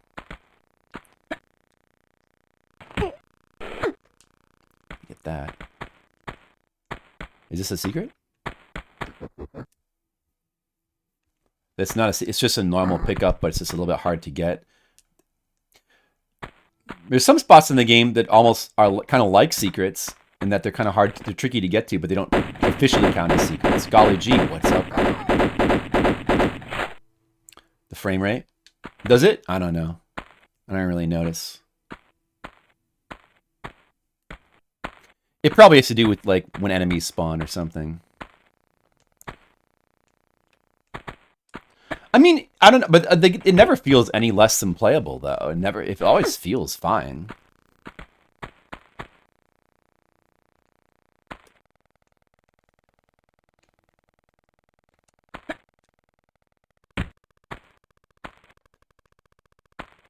The sound effect is weird, though. That hasn't happened before. I don't remember that happening in the PS1 version. The Saturn version is supposed to have a couple of extra little bugs in it, and maybe it doesn't run quite as well as the PS1 version. But, I mean, for the most part, it pretty much is playing identically. There's not that much difference. With the, you know, it's like little minor additional issues here and there, I guess. The gameplay is mostly identical.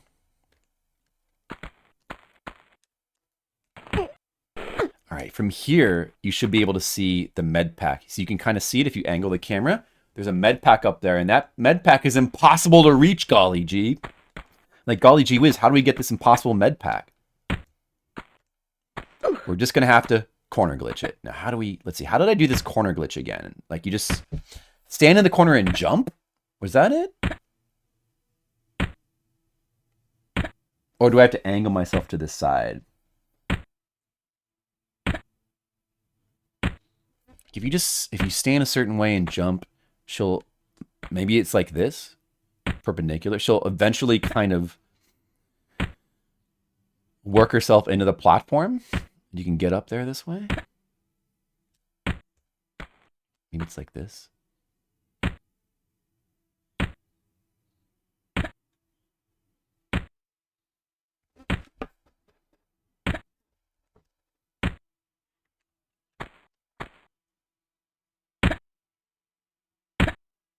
She's actually getting pushed away from the platform when she jumps like that. There's forces that push her away. We have to make use of those forces to get pushed into the platform somehow. Maybe like this. Gotta get the unreachable med pack so we can be super cool, Tomb Raiders.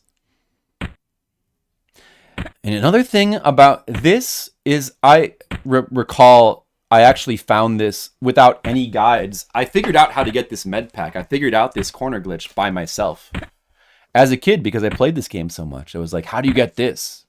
And eventually I just noticed that you could do this. I don't know how.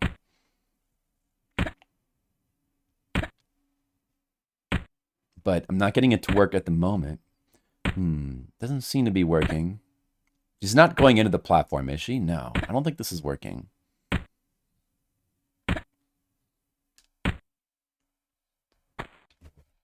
I guess it's got to be just the right angle.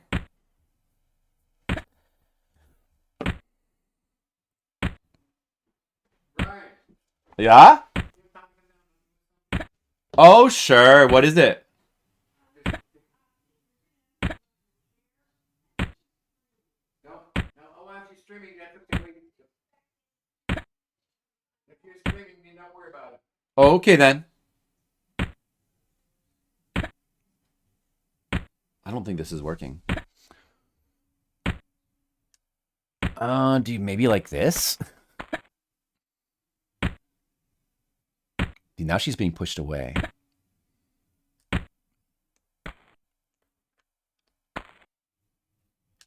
That pushes her away. Okay, it can't be that. How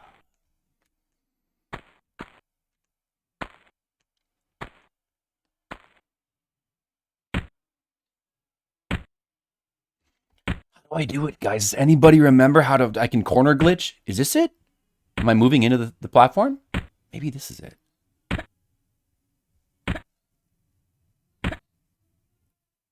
It should just be jumping straight up over and over again. I'm pretty sure. Maybe you got to be like this so your foot's kind of in the wall. Is this it? This feels like it could be close to what you do.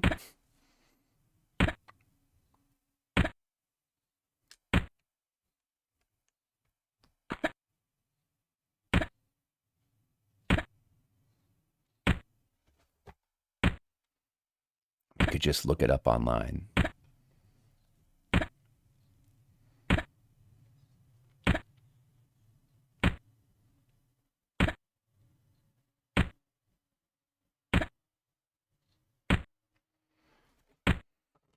But I really did figure this out as a kid somehow.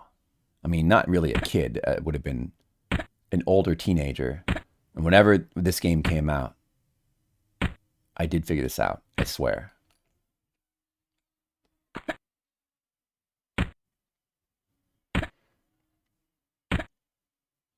"45-degree angle, that seems right." Does this look right? I'm kind of in the block.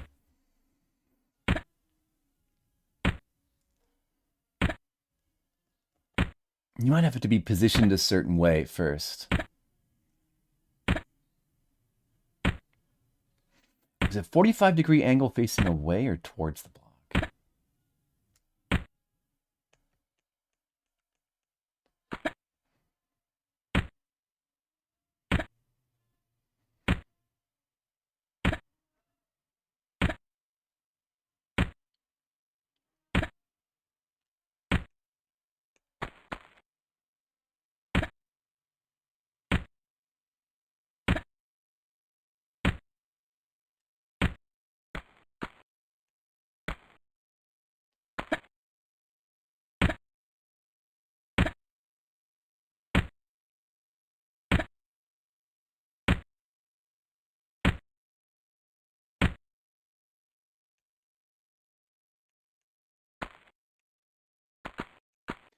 Feel like it was facing away.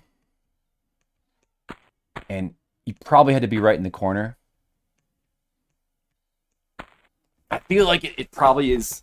It's like this. It should be something close to this. It maybe just has to be the correct angle. But I feel like it was this, something like this.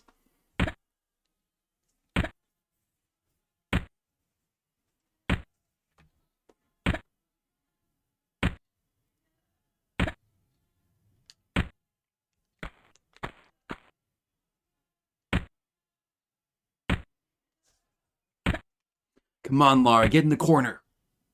Get in the corner, Lara. You can do it.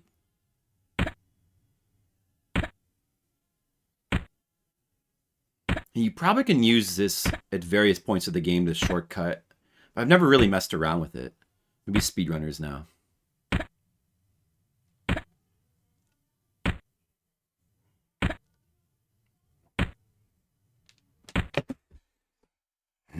I can't figure it out. We're just going to have to go online and see what it was because I need to know.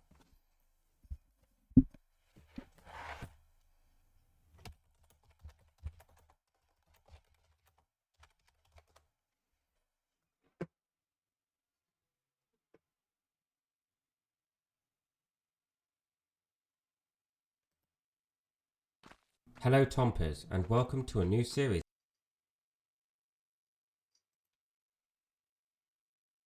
Is this it? Same level.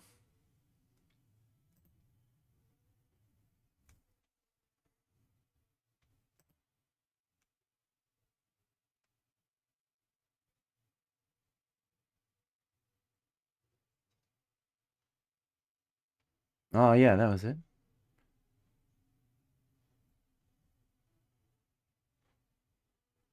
So you'll be facing, not in the corner, but facing a corner. So like a convex corner, not a concave corner. Oh, you angle a little bit to the, okay. So first you jump to the side, then you angle. Does it show us the one with the med pack? Which is the one that you would really want to do?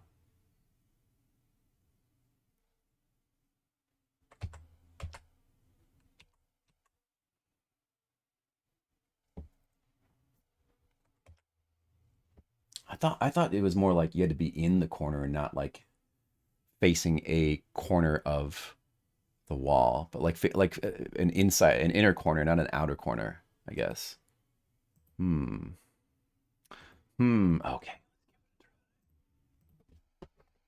So it's more like you have to be out here.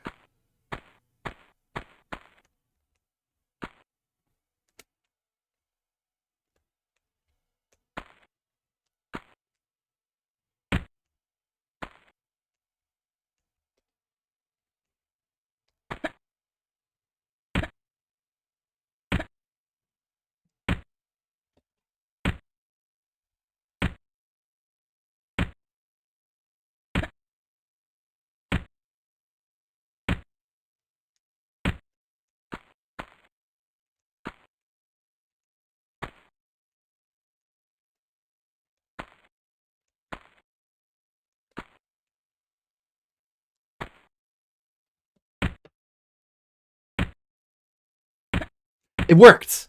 I did it! Look, I reached the unreachable med pack! I did it, guys!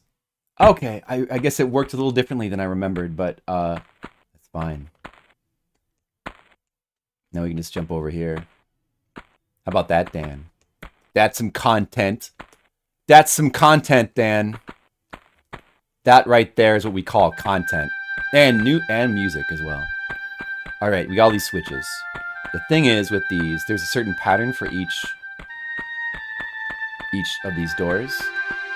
And you can't really see most of them from up here. You can't see any of them because of the resolution.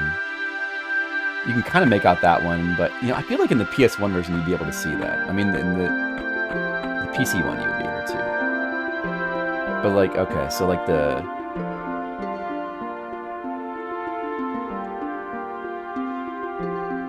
there's different Greek symbols. That one down there, you can kind of make out that the one on the left is like scratched off, but you're just supposed to interpret I think it would be the first two and then the fifth one, and we'll be able to see from up here if it opens the door.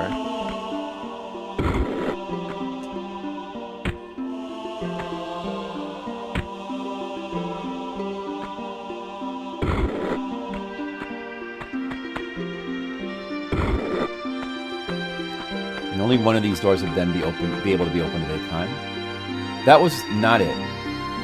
Maybe it's 1, 3, and 4?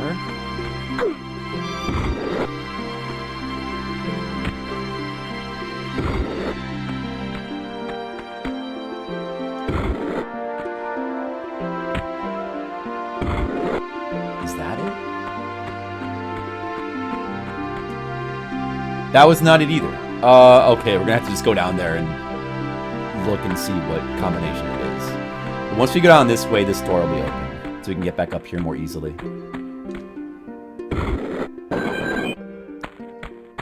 And how many doors are there? Was there like 4? Here's this one. So Y, pi, pi, pi, Y. What are these Greek symbols again? That's...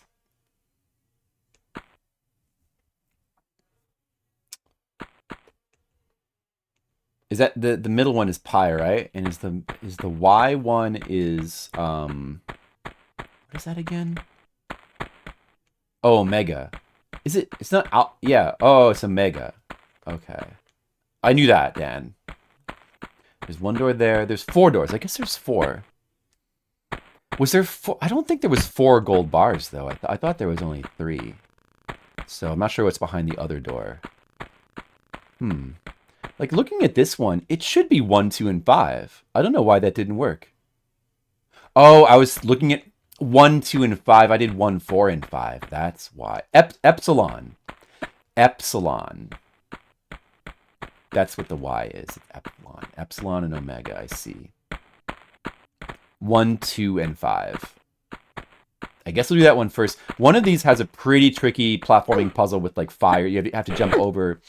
a bunch of platforms with fire. You can turn the fire off for a short time, and you have to quickly jump over the platforms so the fire turns back on. If the fire turns back on, then you start burning, and you got to jump down into the water to put out the fire. And it's quite a tight platforming puzzle. You have to be very fast. Does anybody remember that? It's a pretty memorable part. And then one of these leads to like a really big long path around the whole area that leads to a gold bar on top of that one roof. That didn't open that. Wait. 1, 2, and 5? Yeah, it should be 1, 2, and 5. That should be what it is. Maybe it's just the 2 levers. Just 2 and 5. Might not be 3 levers in that case. Because you can't see what that 1 is. And I guess that's the trick. Or is it the epsilons? Do the epsilons represent the switch? And not the omegas. Maybe the Was that it? The epsilons represent the switches? It doesn't seem like it'd be.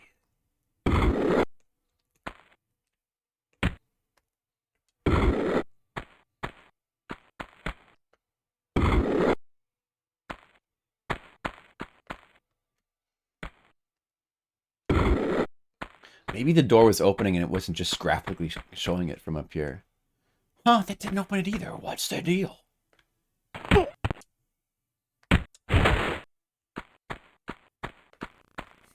Maybe I'll... This one... Oh, the amount of switches can change. 1 epsilon and 4 omegas there. This one you can't quite see because of the missing tile, but... Now I'm doubting... which one of these is even the switch? I mean, which one represents the switches?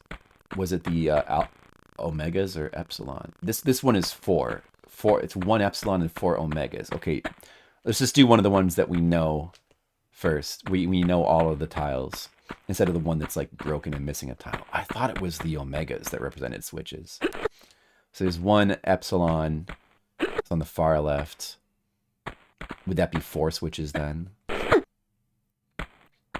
4 4 switches that are down. Or would it be just one?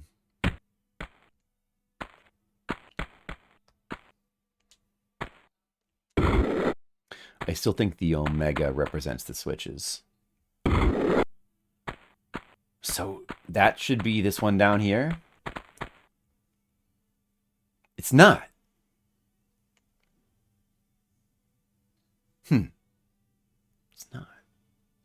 It's not. It's not right.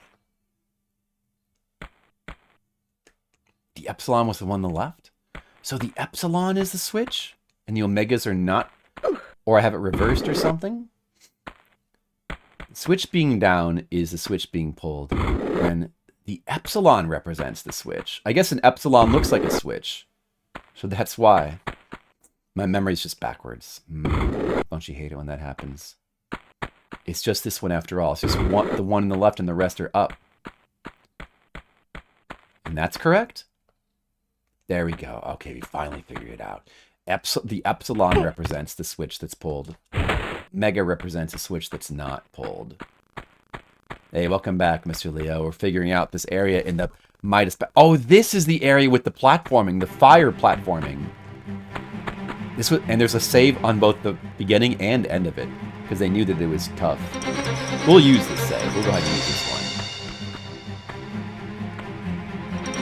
one. We might... Have we saved it all in this level yet? We might not have saved. I don't remember.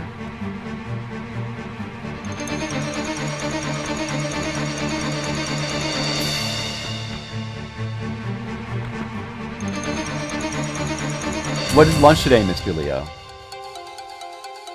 Lunch sounds good. I haven't had any lunch, but I had a big breakfast. Banana pancakes.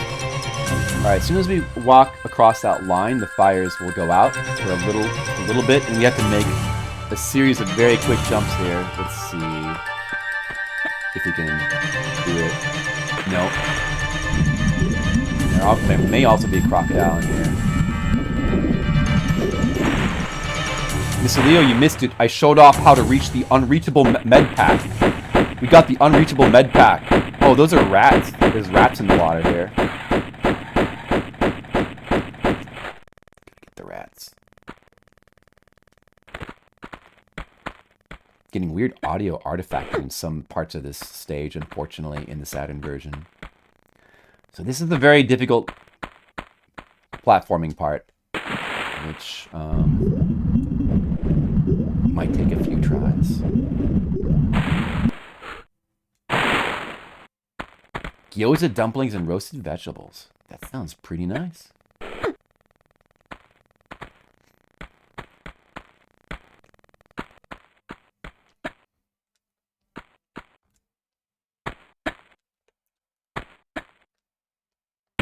Oh, I almost had it. You're supposed to grab for the last one. You see that? The trick with this area is just to you can't stop. You can't stop for it has to be all running jumps. And I think to make this work, you can't be jumping from the edge. You jump a little bit earlier. So it's a pretty tricky little area. You want to make this first jump early.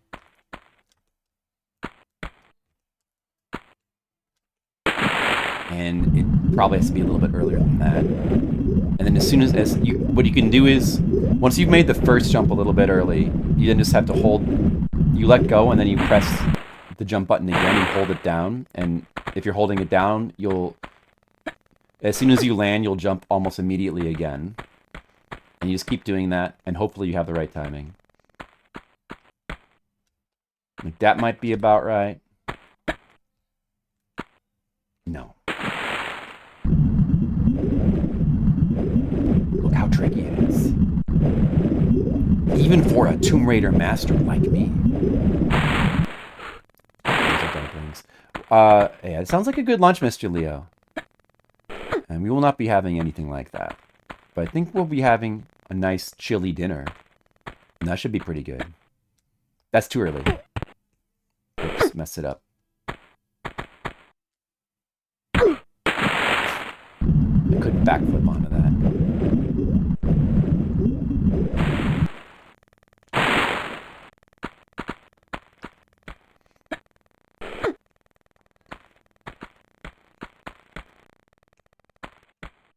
I think you guys might have noticed that the stages are taking... Oh, that's not going to work. You guys may have noticed that the stages are now taking longer and longer each stage, and they're not really going to get shorter because the stages just get longer and crazier each level. But the Greece stages are quite a bit more complicated than the first stages in Peru.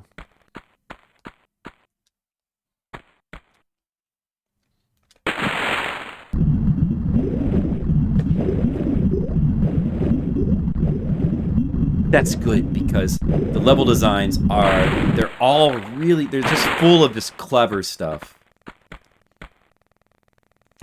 As clever as the Prince of Persia games are, like these games really go one step beyond, and they come up with really cool, memorable, clever set pieces and level designs like in 3D. Like that, these games are just crazy like that. Oh, dude, look at that. It's so... I thought we were going to make it there.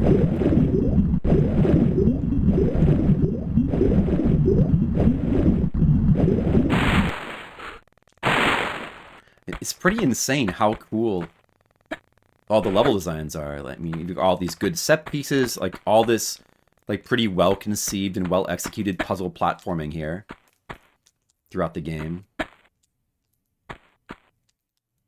And we have to quickly jump forward and not get hit by the fire. If we get hit by the fire, we'd have to jump down into the water quickly to put it out. So, in effect, we still wouldn't have passed the area. But now we can get this this lead bar, which can be turned to gold later. We need 3 of those, I think. And we may as well save, since we're not coming back here anyway. For some reason, when we like go to save our game there, it plays the sound effect that I think you hear when you're on fire. I'm noticing some slight sound glitches that I don't remember being in the PS1 version, but they could be and I just forgot.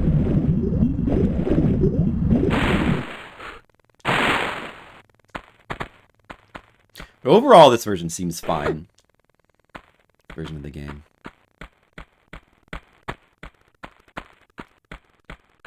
So now, I suppose... Do we do this one? I don't know. This is the one... This might be the one that's like the really long, winding path. I don't know.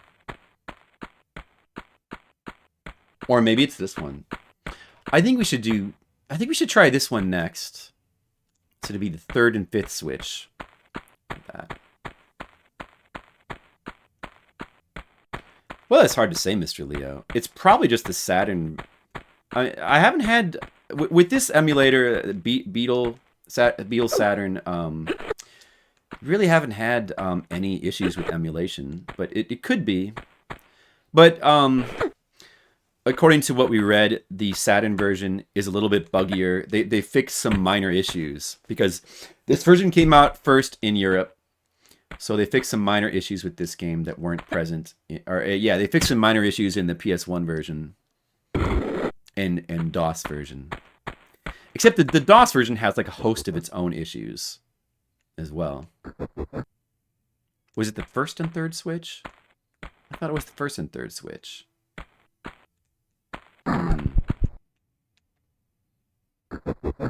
Like that I don't... It should be it. There's more monkeys down here as well. Somewhere.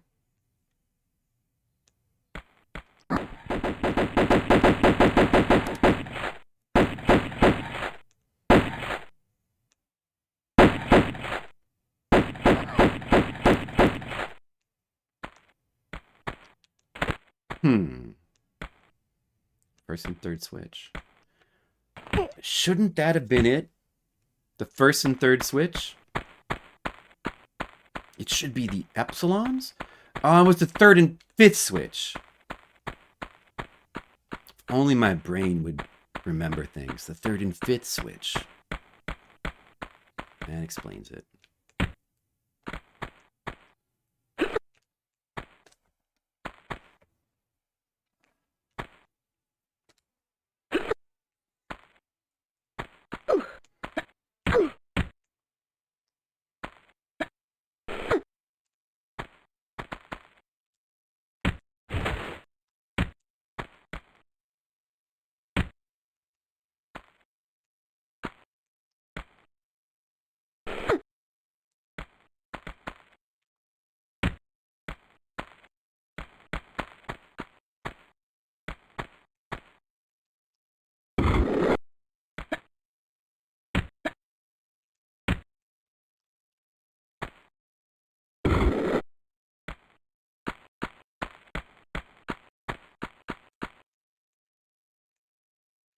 that opened that.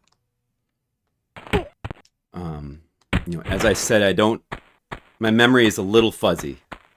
So I don't fully remember exactly what is the optimal path to take through here, but we probably want to save the long one for last, I guess. Okay. Oh, yeah. I remember this. Yeah. All these spikes here. These platforms are going to rise, and then we have to do platforming across these pillars without, falling into spikes and dying.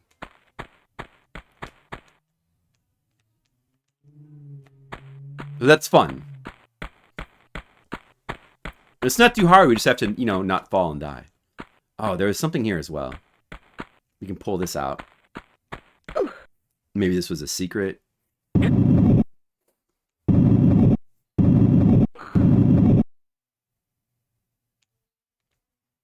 How many secrets have we found so far? We found... Have we found any secrets? I don't believe we found any secrets so far, as of yet. There should be at least 3. Oh yeah, I guess that's the lever that actually raises the pillars that we then have to jump across.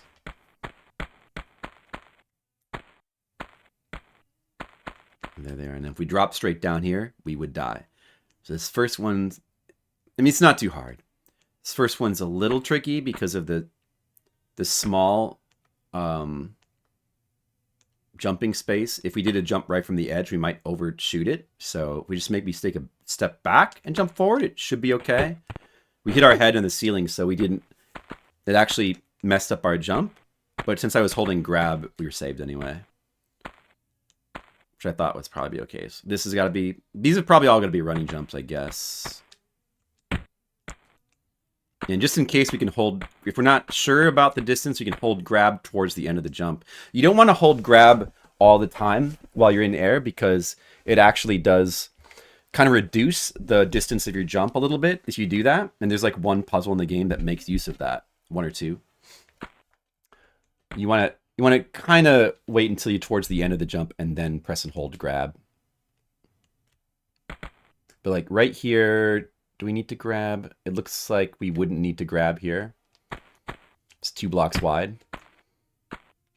And probably none of these we actually need to grab. They all look like they're about 2 blocks wide. You can tell by the spikes there. Although, if we were to hit our head on like some patch of ceiling, it might reduce our jump, and then it might be good to hold grab anyway if you're not sure. But you can press and hold grab towards the end of the jump, and it won't mess with the jump at all.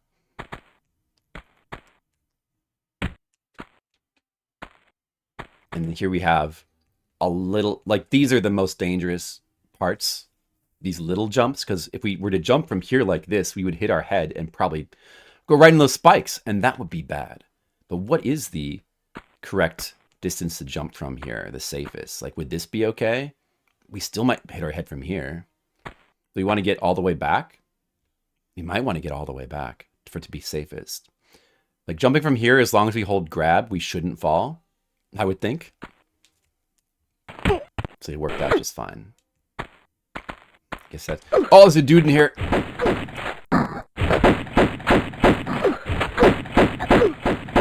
Bad spot for Gorilla. And he's guarding another lead bar. Maybe there were 4... Was there 3 or 4? Maybe there are 4 lead bars. I'm trying to remember. Is there 3 or 4? The St. Francis Folly has 4 keys you have to get. Maybe this had 4 lead bars. We got to be a little bit extra careful coming out of here because we got the same issue as before. We could try to just jump off to the side where there's no spikes and just land on the ground, but it's a little dicey. You see that? But jumping for this is also a little bit dicey. If we jump from here and hold grab, we should be okay, though. Probably. Let's see. We can just... jump to the side, away from the spikes, and we'll be okay. Now we have 2 lead bars. Or was there 3 or 4? I feel like, I'm not sure about this one. Maybe this one like doesn't even lead to a lead bar. So I think I'll leave that one for last. And I'll do the one that's the second one, which is the one that had a hole that was not showing one of the switches, but now I know that epsilons are the switches that are supposed to be down. So it's the third and fourth for sure, and then the first one may be up or down. And we can easily find out. And I think that what that is it's like a really big long path that leads to a lead bar. A big long path that like loops around the whole entire level, which is one of the really cool level features of this game.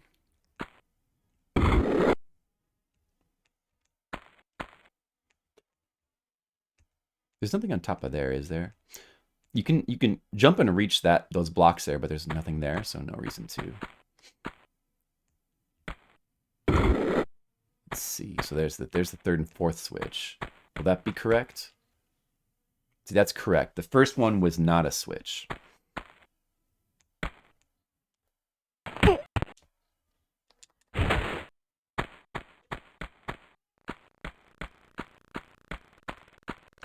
I think this, yeah, there's like a pillar.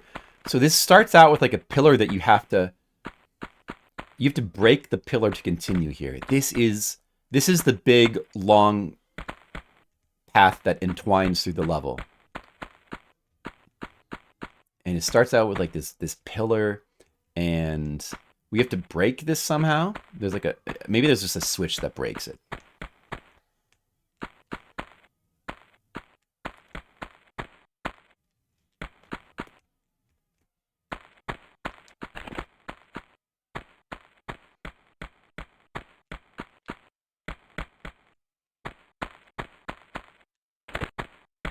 Oh, yeah.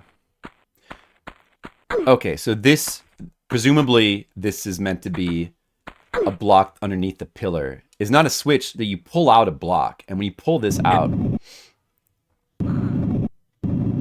there's an explosion. There's a rumbling, and that is the pillar collapsing. And now, when we go back the other way, which takes us up to the top, we can see that the whole area has collapsed.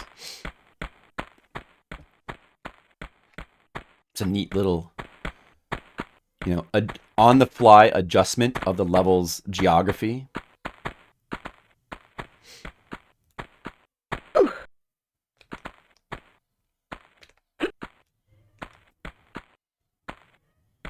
And we see that the pillar is broken now, and a bunch of sand and dirt is collapsed into the room that we were in that was clean before. And now we can use that to get to the opening over there. So that's pretty cool level design. We have to land on that piece of dirt there. Or maybe we can just jump over. And no, I think we have to land on that piece of dirt that's like right there in front of us. It's a little bit hard to see from this angle, but if we angle a little bit more to the right, that should be good. Just do a standing jump from here. And then we have to reach that. We could jump to there. We have to reach that pillar there. It looks like you're meant to jump up here. And then from here, you jump to the pillar itself.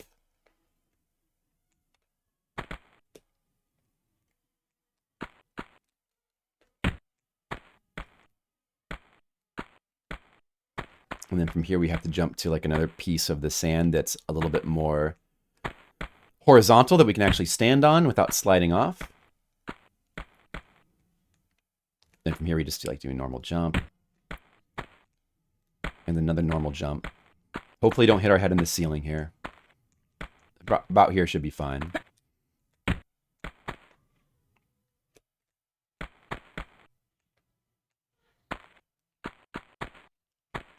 Now we're off on our way along the big winding path through the level. That's the cool part of the stage.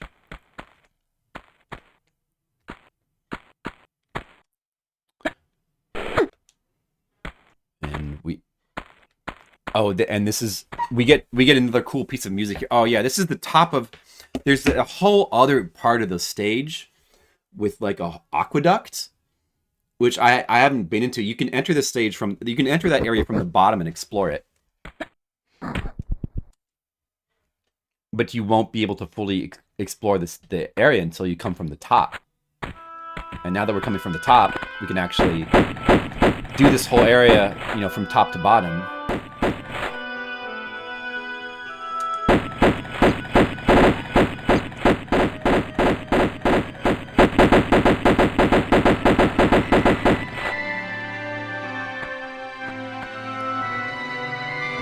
And it's another cool, like, little set piece area with.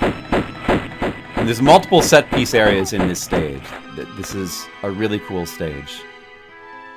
There's little shotgun shells down there are a secret that we can get.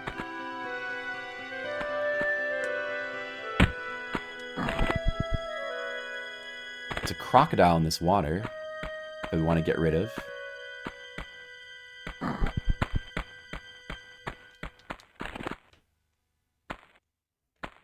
Somewhere there's a crocodile. He ran away.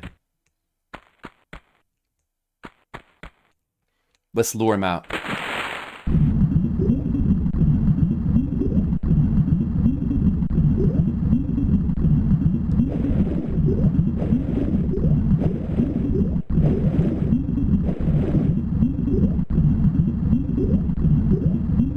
He's coming. There he is. The crocodiles.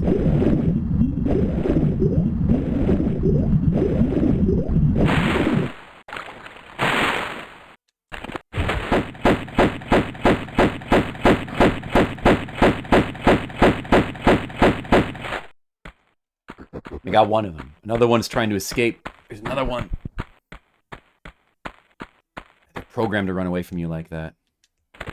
Gotta lure it out again.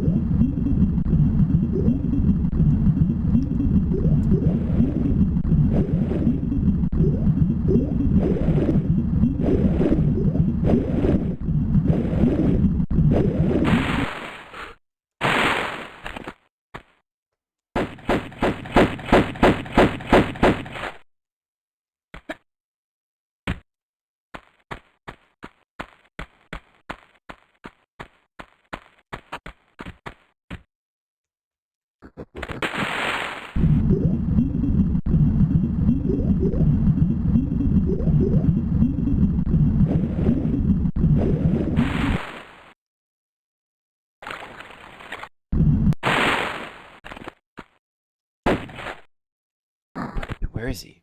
Oh, he's right there. Okay, got rid of them. Let's see. No items over here.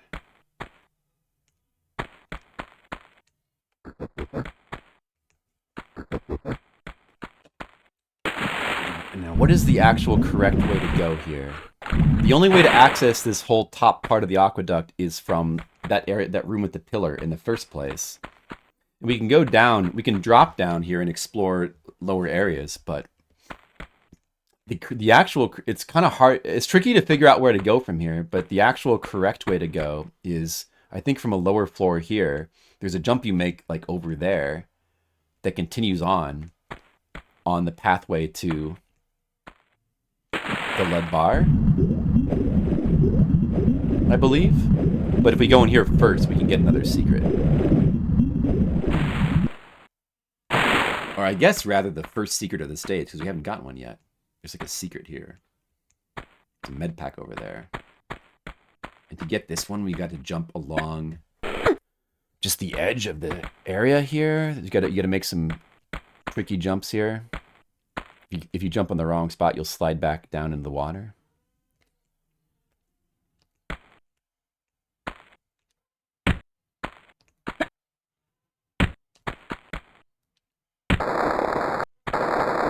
Over that, and then you get over to here. Well, it's not too hard to reach. That's a secret. Metapack and Magnum shells. We still have not got the Magnum, though. And I only missed 2 secrets in the game.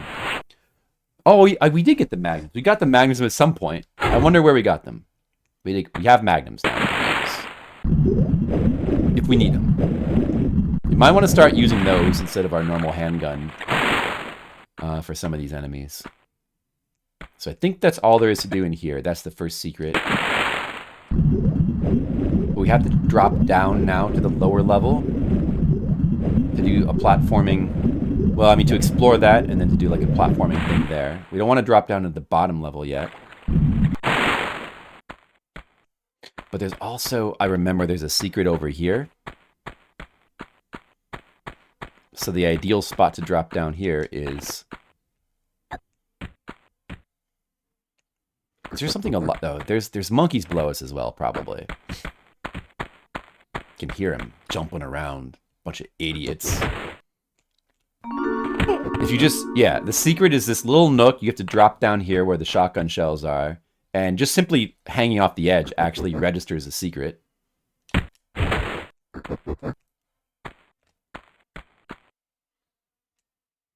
And from here, dude, how do we, let's see, what's the good way to get out of here? Like this, I guess?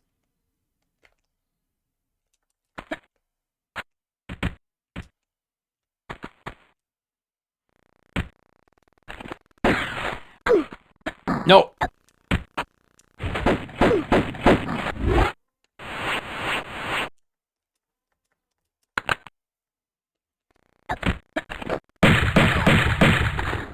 Let's get the magnums out.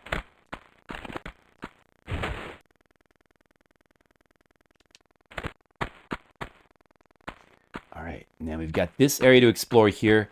I think there... Oh, yeah, there is maybe some items in some of these nooks. Or at least one. There's one.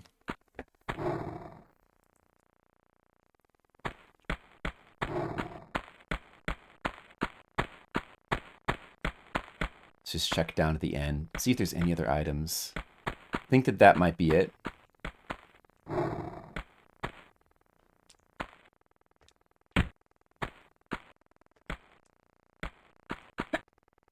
I think that's all the items.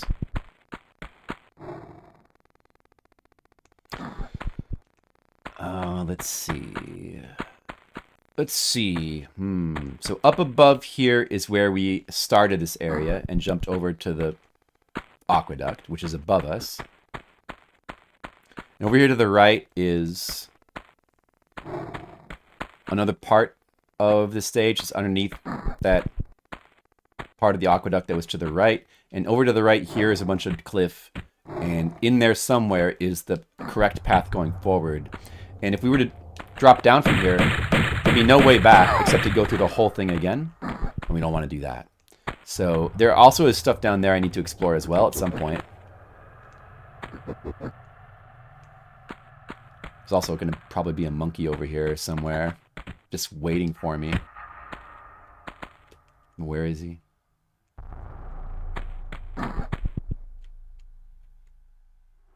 Or maybe he's below us.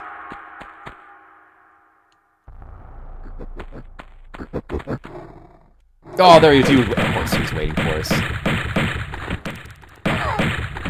Be a good idea to use the magnums on him. How's our magnum ammo doing? We used about like 40 magnum bullets. Got 400 left. Of course, that guy's like waiting over here in this final nook. You would think there'd be something over here. Like if you... This isn't a part of the game where people definitely get stuck. You might end up like not knowing where to go, and you're just like, well, I guess you go down. You just like kind of drop down to the bottom, and then you find yourself back at the beginning of the stage, and you're like, what the dude? What the fuck? I'm back at the beginning of the stage, and I haven't. And now what? I didn't get anything out of that. Like, what's the point of this path? You probably find yourself thinking.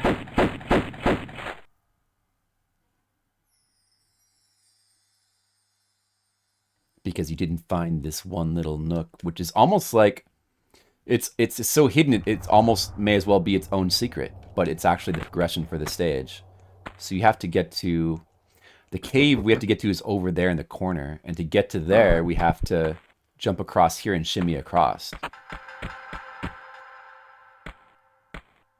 They were in this area for a long while? Yeah.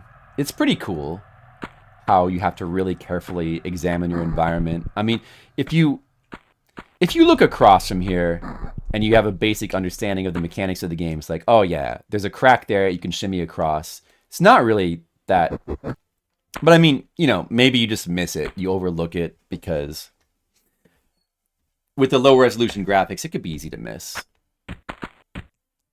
We got to make a big jump over here and grab that, and it seems a bit like if you're really exploring carefully, trying to find like every secret, then you probably would find this. But if you're just playing through, not really caring, and you know, thinking that the progression is going to proceed in an obvious way, you would easily not find this, because it looks like the kind of thing that would be a hidden secret.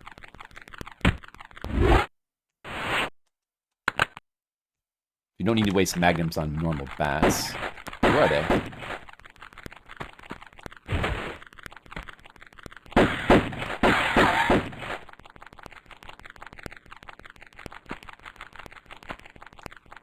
Where are the bats stuck? Over there for some reason. They're like just stuck there. There we go.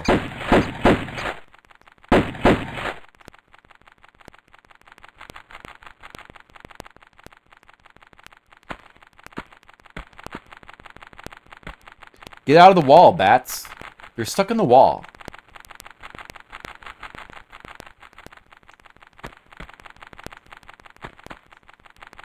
These stupid bats are idiots. But I mean, like, the fact that you can, the progression isn't, kind of requires you to, like, carefully explore around and, like, look for places to go. That's what's so cool about the game in the first place. Like, this whole path, I love the design of this entire path, sweeping around the level like this, and this one part where you have to carefully examine the area to figure out where to go next. You might think that it would be across the top through the water area, but that's a dead end. I don't know. It's really cool. This whole area is really cool. That's a really cool part of the stage. And if you're playing the proper version, the PS1 version, without, you know, the what is a overpowered ability to like save anywhere and undo any mistake, then the actual exploration is a lot more exciting of these stages as well.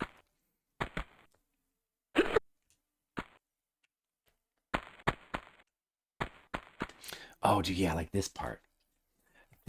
Okay, right here. So we're at another part where we're going above, I think, the aqueduct, the part that leads into the place with the alligators. If we fall down here, we drop into that. There might be water to break our fall, or there might not. It might just be death. But if we fall down here, like these are more of these like breakable tiles, and you really don't want to fall here. But there's a health there. We just have to run to the side to get it, or we could just jump over these. But I do kind of want to trigger them just so we can see what's down there. It could be death. If you were to fall here, you do, okay, there is water to break your fall, but you'd be back down to the aqueduct, and you wouldn't be back that far, but you have to do all that platforming stuff we just did again. So it would not be very desirable. Even if all these tiles break, you don't need them to get over here. It's not a big deal. And you're probably better off there just completely avoiding those breakable tiles. But that's another part where, you know, the path we're taking here kind of interacts with the stage as it's looping around, in that you can fall back down into a previous part of the stage. Like it's you know, a generally kind of linear path around the stage, but parts of it you have to figure out where the next part of the path connects to. And then there's plenty of places we get a platform over spots where if you fall down, you're like back at the beginning of the stage. At that point, you probably just want to load. There was a save crystal at the beginning of the aqueduct. You probably want to load back to there. See, now we're above the beginning of the stage. Like down there is the pool we came from.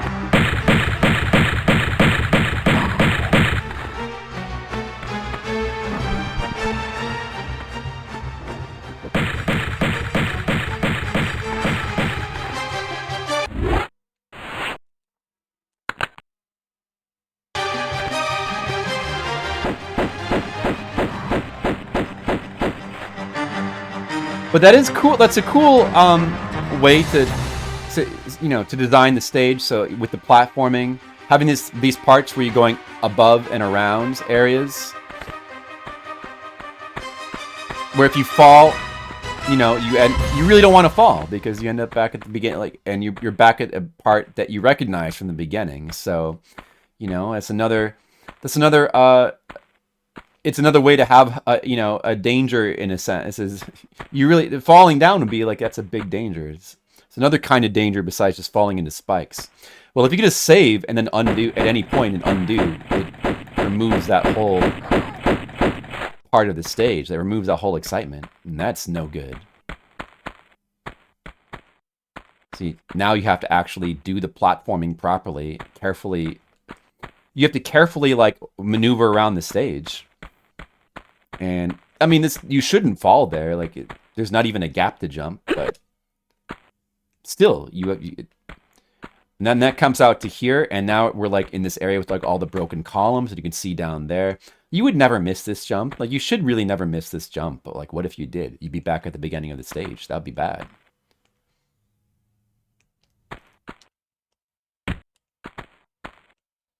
So those are those pillars I pointed out at the beginning of the stage, looping around through all these parts of the stage that were features of the level back at the beginning.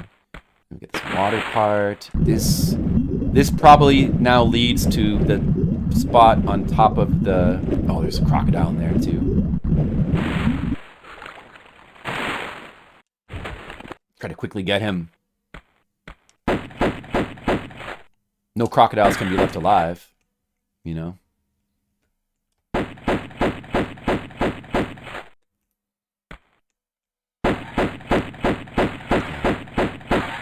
He's dead.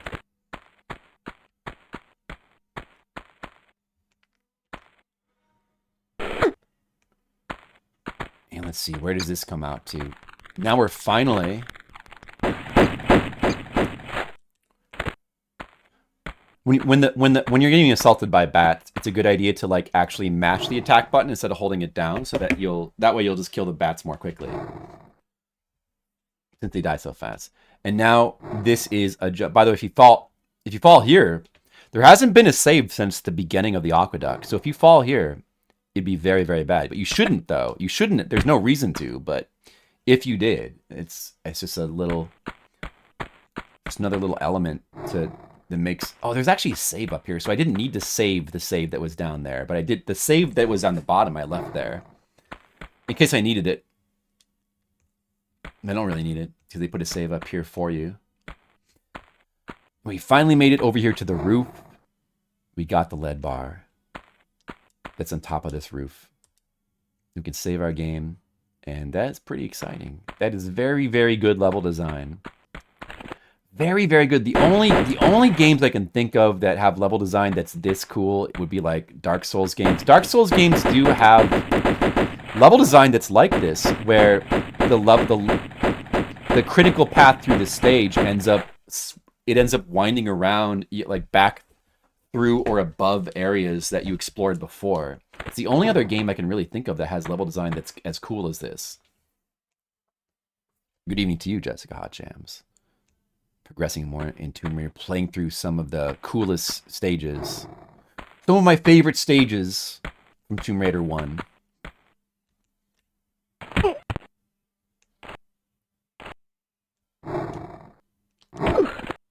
Oh, there's another guy there. Uh-oh.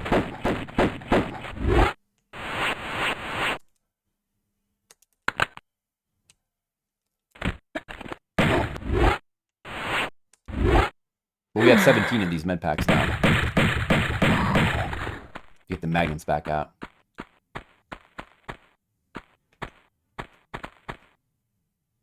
Dark Souls 3? You'll get it, Jessica. Just stick with it. That's how the Dark Souls games are. They kick your ass. But you'll get it. You'll get it. Don't worry, Jessica. You will kick its ass. Eventually.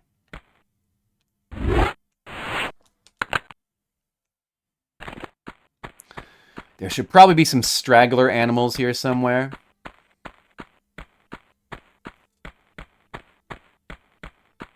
And we have the 3. There's still an area back in that Midas area we haven't. There's a door we haven't gone in, so we should go in there now. We should head back in that direction, but also we should explore the bottom of that aqueduct area now. Which, I think that's from here. We take the lower route. Maybe the animals are all on here. They're all hiding in here. 3 was the easiest. No, you know, honestly, none of them are the easiest. I really don't think... See, the thing with the Souls games, including Demon Souls, and I would include Sekiro. Sekiro is kind of its own thing, but as far as overall difficulty, I don't think there's any particular Souls game that stands out as being easier than the others. Demon Souls has some of the simplest bosses in the series. Like, there are certain Demon Souls bosses that are definitely noticeably easier than other bosses in the series, but it makes up for it by being difficult in other ways. Like, if you're talking about overall difficulty, there really isn't a Souls game that's like overall easier. They're all just difficult in different ways, and 3 is not easier than 1 or 2 at all. 3 probably has some easier level design than some earlier ones like 1 and 2. Maybe it might have some spots with easier level design, I guess I'd say. But it probably makes up for it with having overall more complex boss mechanics. Like, the bosses got more complex with each Souls game. And, like, the funny thing about 3 is I think it definitely has the hardest so-called tutorial boss. Like, the Taurus Demon in Dark Souls 1 is a much simpler fight. Dude, the giant, the last giant is a simpler fight in 2. The Phalanx in Demon Souls, that first boss fight, not counting the one you can die to as part that you're supposed to die to as part of the story. That fight, that's the easiest fight. It's one of the easiest fights in the series. It's very, very simple.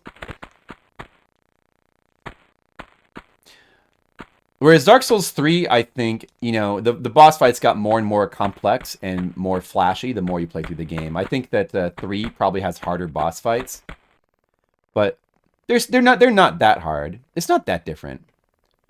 Beat Demon Souls, OG, yeah, OG Demon Souls is still one of the best of those. You found Fallen Order to be a good way to ease into that kind of combat. Yeah, I guess so. It does. Fallen Order is okay. Like Jedi Souls, I just call it Jedi Souls. That game is okay. As far as like a Souls-like game that's made in the West, like American developer, I think that's the best. But I think it's still not that good. It had some pretty good bosses. The level design, I thought, is not good in that game. It's got a ton of filler, and it's overall easier than a Souls game, even if you play it on the hardest difficulty setting. But it's not a bad game, that's Jedi Souls game. It does have a couple boss fights that are fairly difficult. And we're getting some of this like audio glitching again. I don't know if this is a bug with the Saturn or emulation glitch. You can infinite farm in 3. Dark Souls 2. Yeah. Dark Souls 2 is unique in that that's the only Souls game where you can like farm out all the enemies. The enemies have limited spawns. Dark Souls 2 is the only one like that. Yeah, me too, Nikita. I still have never beaten 4 or 5, and I need to do that. And I haven't streamed 2 or 3, so I need to stream those. Hey, Ricky, what's up? I know. Some really good memories with this game.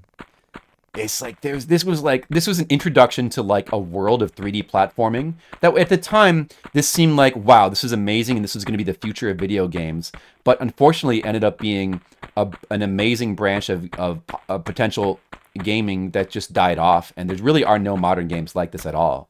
So like to get something like this, you have to go back and play this game. Sadly. But there still ended up being a lot of cool Tomb Raider games over the years. You can't actually climb up this way. I think there might be a hidden item over here. You don't like how the remake looks? Yeah, I mean, well, you know, you can say what you want about the graphics in this game, and you can play the DOS version. You shouldn't play the DOS version is terrible, but you could patch the DOS version to fix its problems, or you could play this game in emulator and you could increase the resolution in emulator if you really want to. You can say what you want about the low res textures in this game, but yeah, the remake one, apparently they're using like AI to like clean up the textures or something, and people don't like the way that looks. I don't know if it's gonna be better. We should take a look at that at some point. We should take a look at that. I only looked at that a little bit. But in some ways, it doesn't even look like an improvement over these graphics. I don't know. Well, this game, in Vio, the art and characters, this game does have a really good character. I think this is the best conception of the Lara character. She's coolest in these early games, where she's just kind of like a cipher, like a very simple but easily understandable kind of James Bondish, Indiana Jones type character. They overcomplicated her character, like trying to give her character, quote, characterization, which was really just like bland, generic backstory stuff that is stupid anyway. They overcomplicated and kind of lost what was like cool about her character in all the games sent past the Crystal Dynamics ones. But so she's coolest in these games.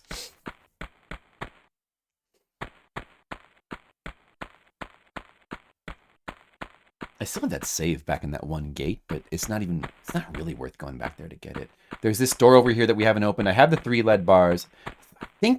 I'm not sure, but 3 lead bars might be enough to finish the stage? Or do you need 4? I don't really remember.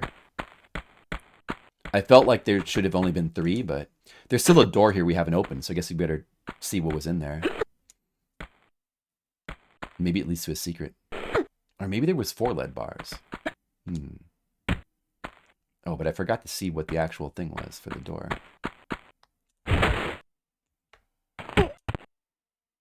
Yeah, I love the controls in these. The controls in these games are great. The 3D Prince of Persia controls, it controls really well. It's very precise.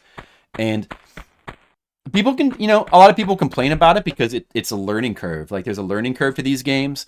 But there is no better control scheme for, like, this style of 3D adventuring. Like, it just was never invented. What they ended up settling for was sloppy analog controls that compensate by just being very lenient and giving you a lot of checkpoints. But the PS2 games just control worse. And then like the newer games are just Uncharted. They gave up trying to make a game like this. And they just turned them into very simplistic, basically mostly linear shooting games with very simplistic climbing that you can't really screw up because it's a very simple linear path. There's like no complexity. And then like these the only like platforming at all is like these like little tiny challenge platforming areas. And even those are like very, very watered down. And all the platforming is very automated. Maybe there's like some, I don't know. Those games suck. The new Tomb Raider games, the new trilogy, starting with the 2013 one, those games suck. They're just kind of lame, bland, Uncharted clones. They don't have, and they have bad story as well. They've got like, it's just like, it's a kind of like melodramatic, overdone story where they're trying to like do this like character arc, but it's just stupid. It's just this really stupid and overdone, so it just doesn't play. And I feel like even today, like people don't really care for that Lara anymore. And it never, and like they were trying to like add more depth to her character, I guess, but it just ended up being just really, really silly.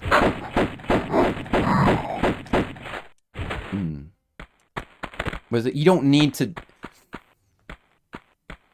The instinct to like add more depth to characters like this is not always good, you know? It's like there is something to be said for just simple characters. Simple character archetypes a lot of times work better than these attempts at like, oh, how does she become this way? How did she become this James Bond figure? But the problem is the way they explain it makes no sense. The actual progression of the character just makes no sense. It doesn't explain it in any kind. She just ends up becoming like a psychopath in the newer games. It makes no sense. Like, how did she become this kind of character? Well, she doesn't become this kind of character.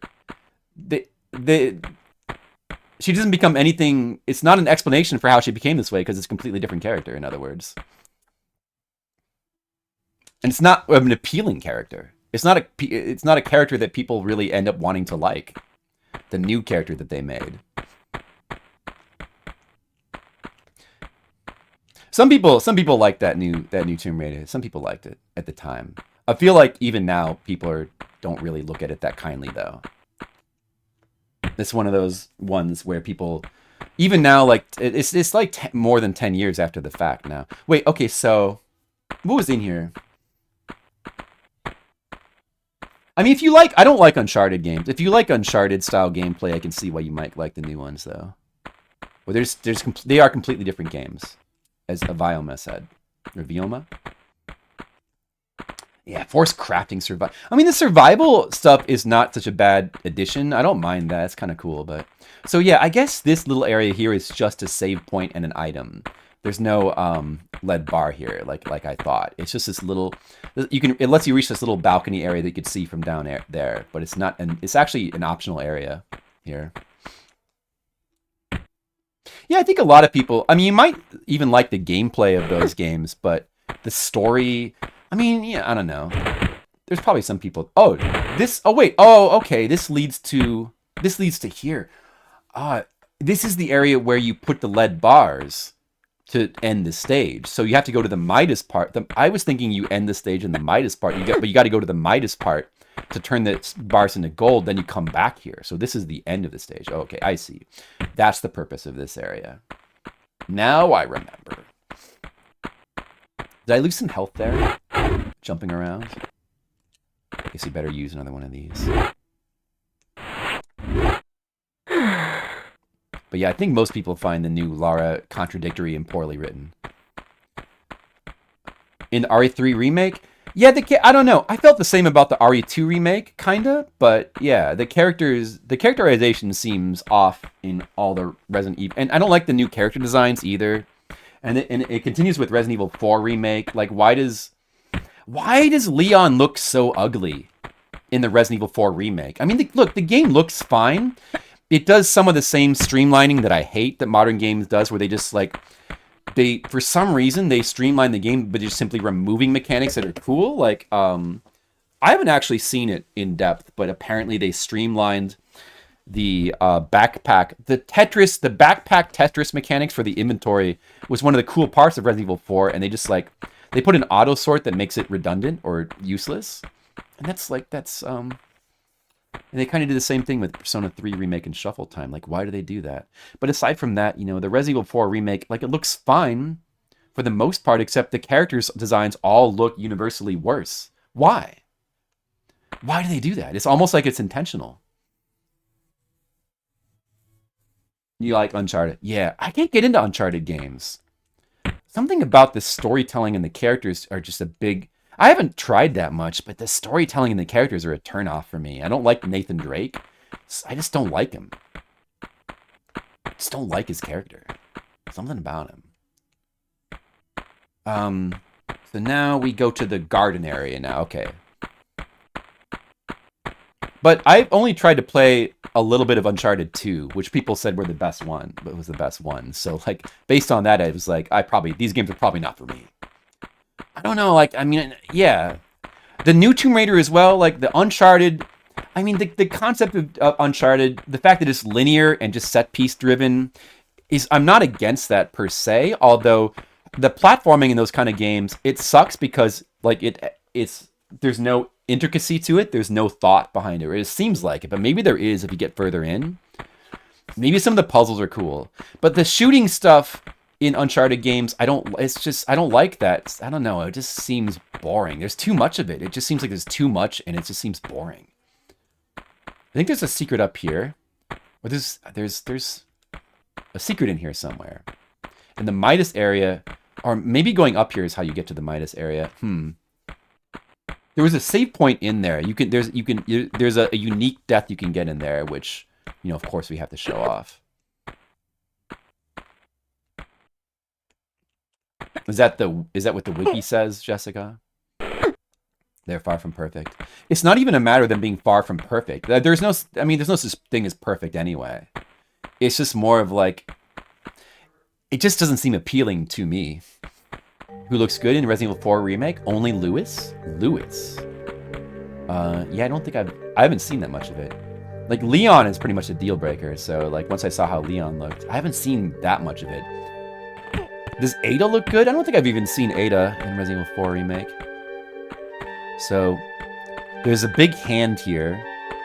We can step on this hand. It's Midas. If you're familiar with the Midas story, you should know what's going to happen. Oh yeah, this is one of the best music tracks. I tend to think of this music track as being the Midas, the Palace Midas music track. But it is in the Colosseum first. It first plays when you first step out on the Colosseum, as we noted there. So now that we've saved our game, we can see this death. We can jump onto this hand or climb onto it, and then we will die. In a way that is humorous, but of course you should realize, if you are familiar, you should realize what's going to happen. Oh, oops, sorry, that killed the music. Sorry about that, guys. It should keep playing while this happens. Oh my god, Lara turned to solid gold! Okay, I'm pretty sure in the PS1 version, I could be wrong, but like when Lara topples over, there's like a clanging sound. And I feel like we were robbed of the clanging sound in this version. I feel like there's some sound effect things that are different between the versions that probably you would only notice if you're familiar with the PS1 versions. That's pretty cool. It's a pretty cool, unique death scene. You can only get that in this area.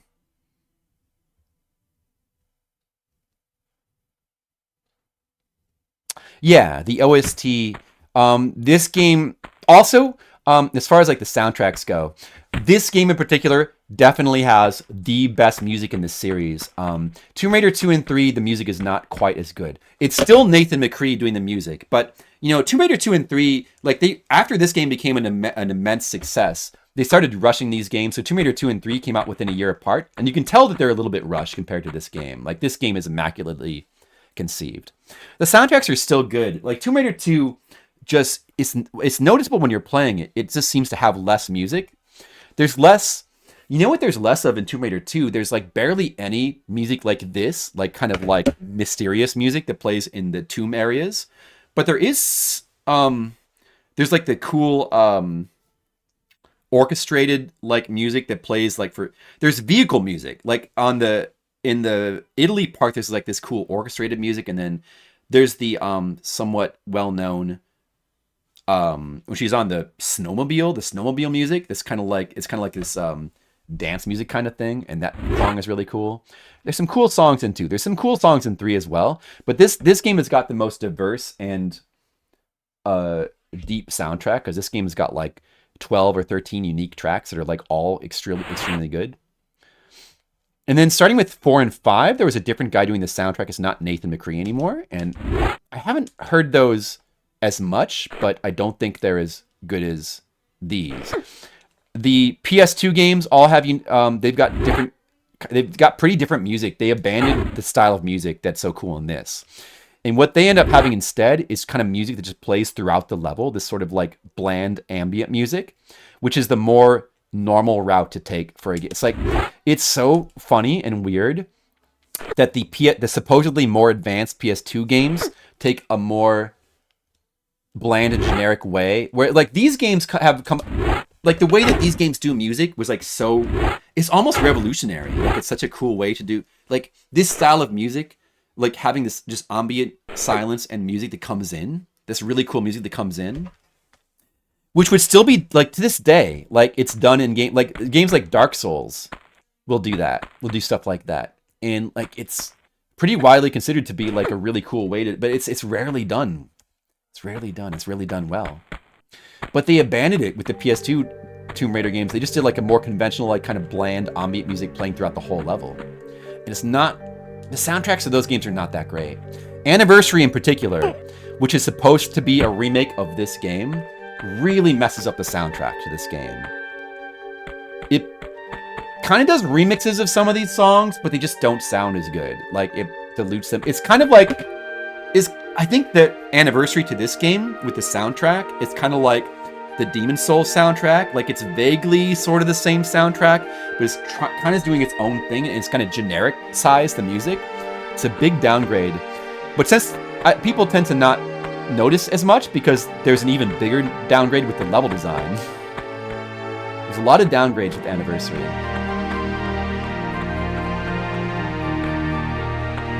So we got our 3 gold bars, right?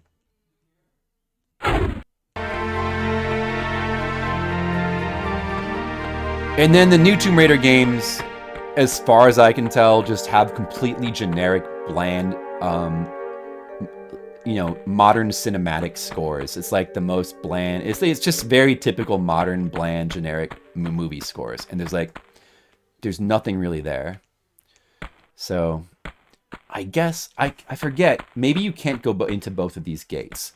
One of them might just be a pure dead end, I think, and there's like nothing there. But one of these is a secret. This is the one that's nothing. You can't ever open that. But this one over here you can, and there's like a hidden lever here somewhere. Where is it? Is it here? No. The hidden lever behind a bush somewhere. If we can find it. No, man, it's really hidden. Like that lever is I knew it was there, and I was struggling to find it a little bit. That opens that. It's a pretty well hidden secret there. That's true, Nikita. So I guess this is the first spot in the game. These appear at a couple places.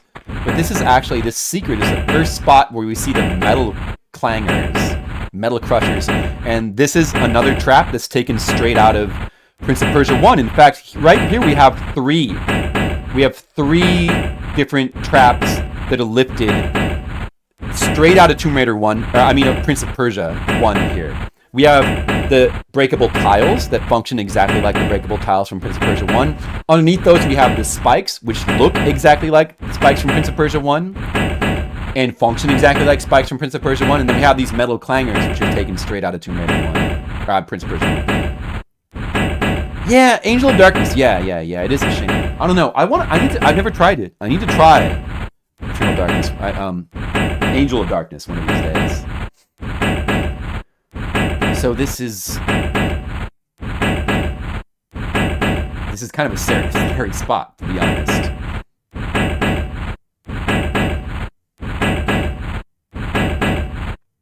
Well, we need to just jump over this shit.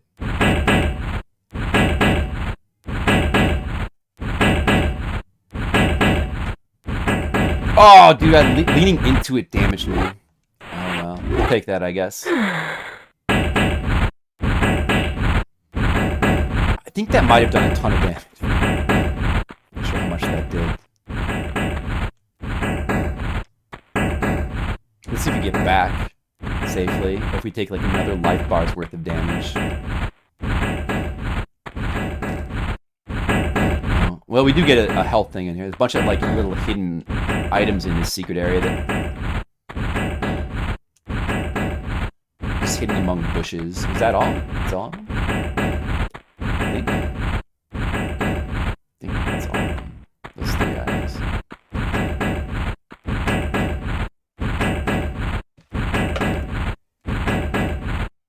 You don't like nostalgia? Doesn't let enjoy other things most of the time. Well, oh.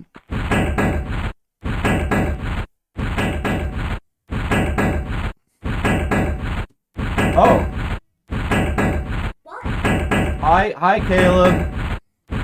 Looks like my nephew has appeared.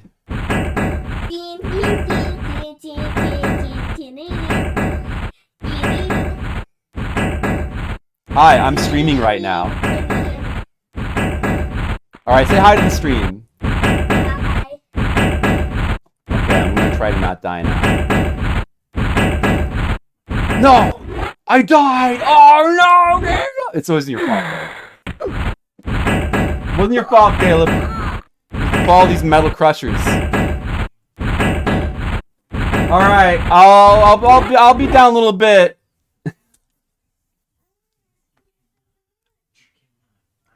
You can ask me. Yeah, I'll be down a little bit. All right.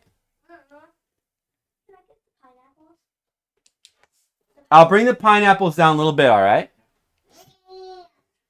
Well, maybe I should go ahead and wrap my stream up now, because I didn't know if I didn't know what family things were going to be happening. So apparently it was an unknown factor whether certain family members are coming over today for Super Bowl party time, but it seems as though the little ones have appeared. That means, let's do, where are we now? Oh, we're back. We have to do okay. So we're just back in this area again. I'm gonna probably have to come back and finish this later, it seems. All right, guys, that was fun. Yeah, you can only, and Ricky, it's the same in the Saturn version of the PS1. You have to save through save crystals, which is the way it should be, the proper way. Don't ever play the PC version of this game. There's other problem. It actually has a bunch of issues. It does have the higher resolution, but there's other ways to get that, or you can patch that version. But happy little trees room, yeah, that's good. Okay, all right. Well, that was fun. We got some good conversation there towards the end, but unfortunately, I'm gonna have to get going now. But I'll probably be back later. We have to go do some Super Bowl fun now, I guess. But I'll probably be back later, and we'll finish this stage, and we'll do more Tomb Raider, and we're gonna finish Tomb Raider over the course of the next couple of days. So I'll see you then for that. See ya. Thanks for watching. I appreciate you guys. Happy Super Bowl.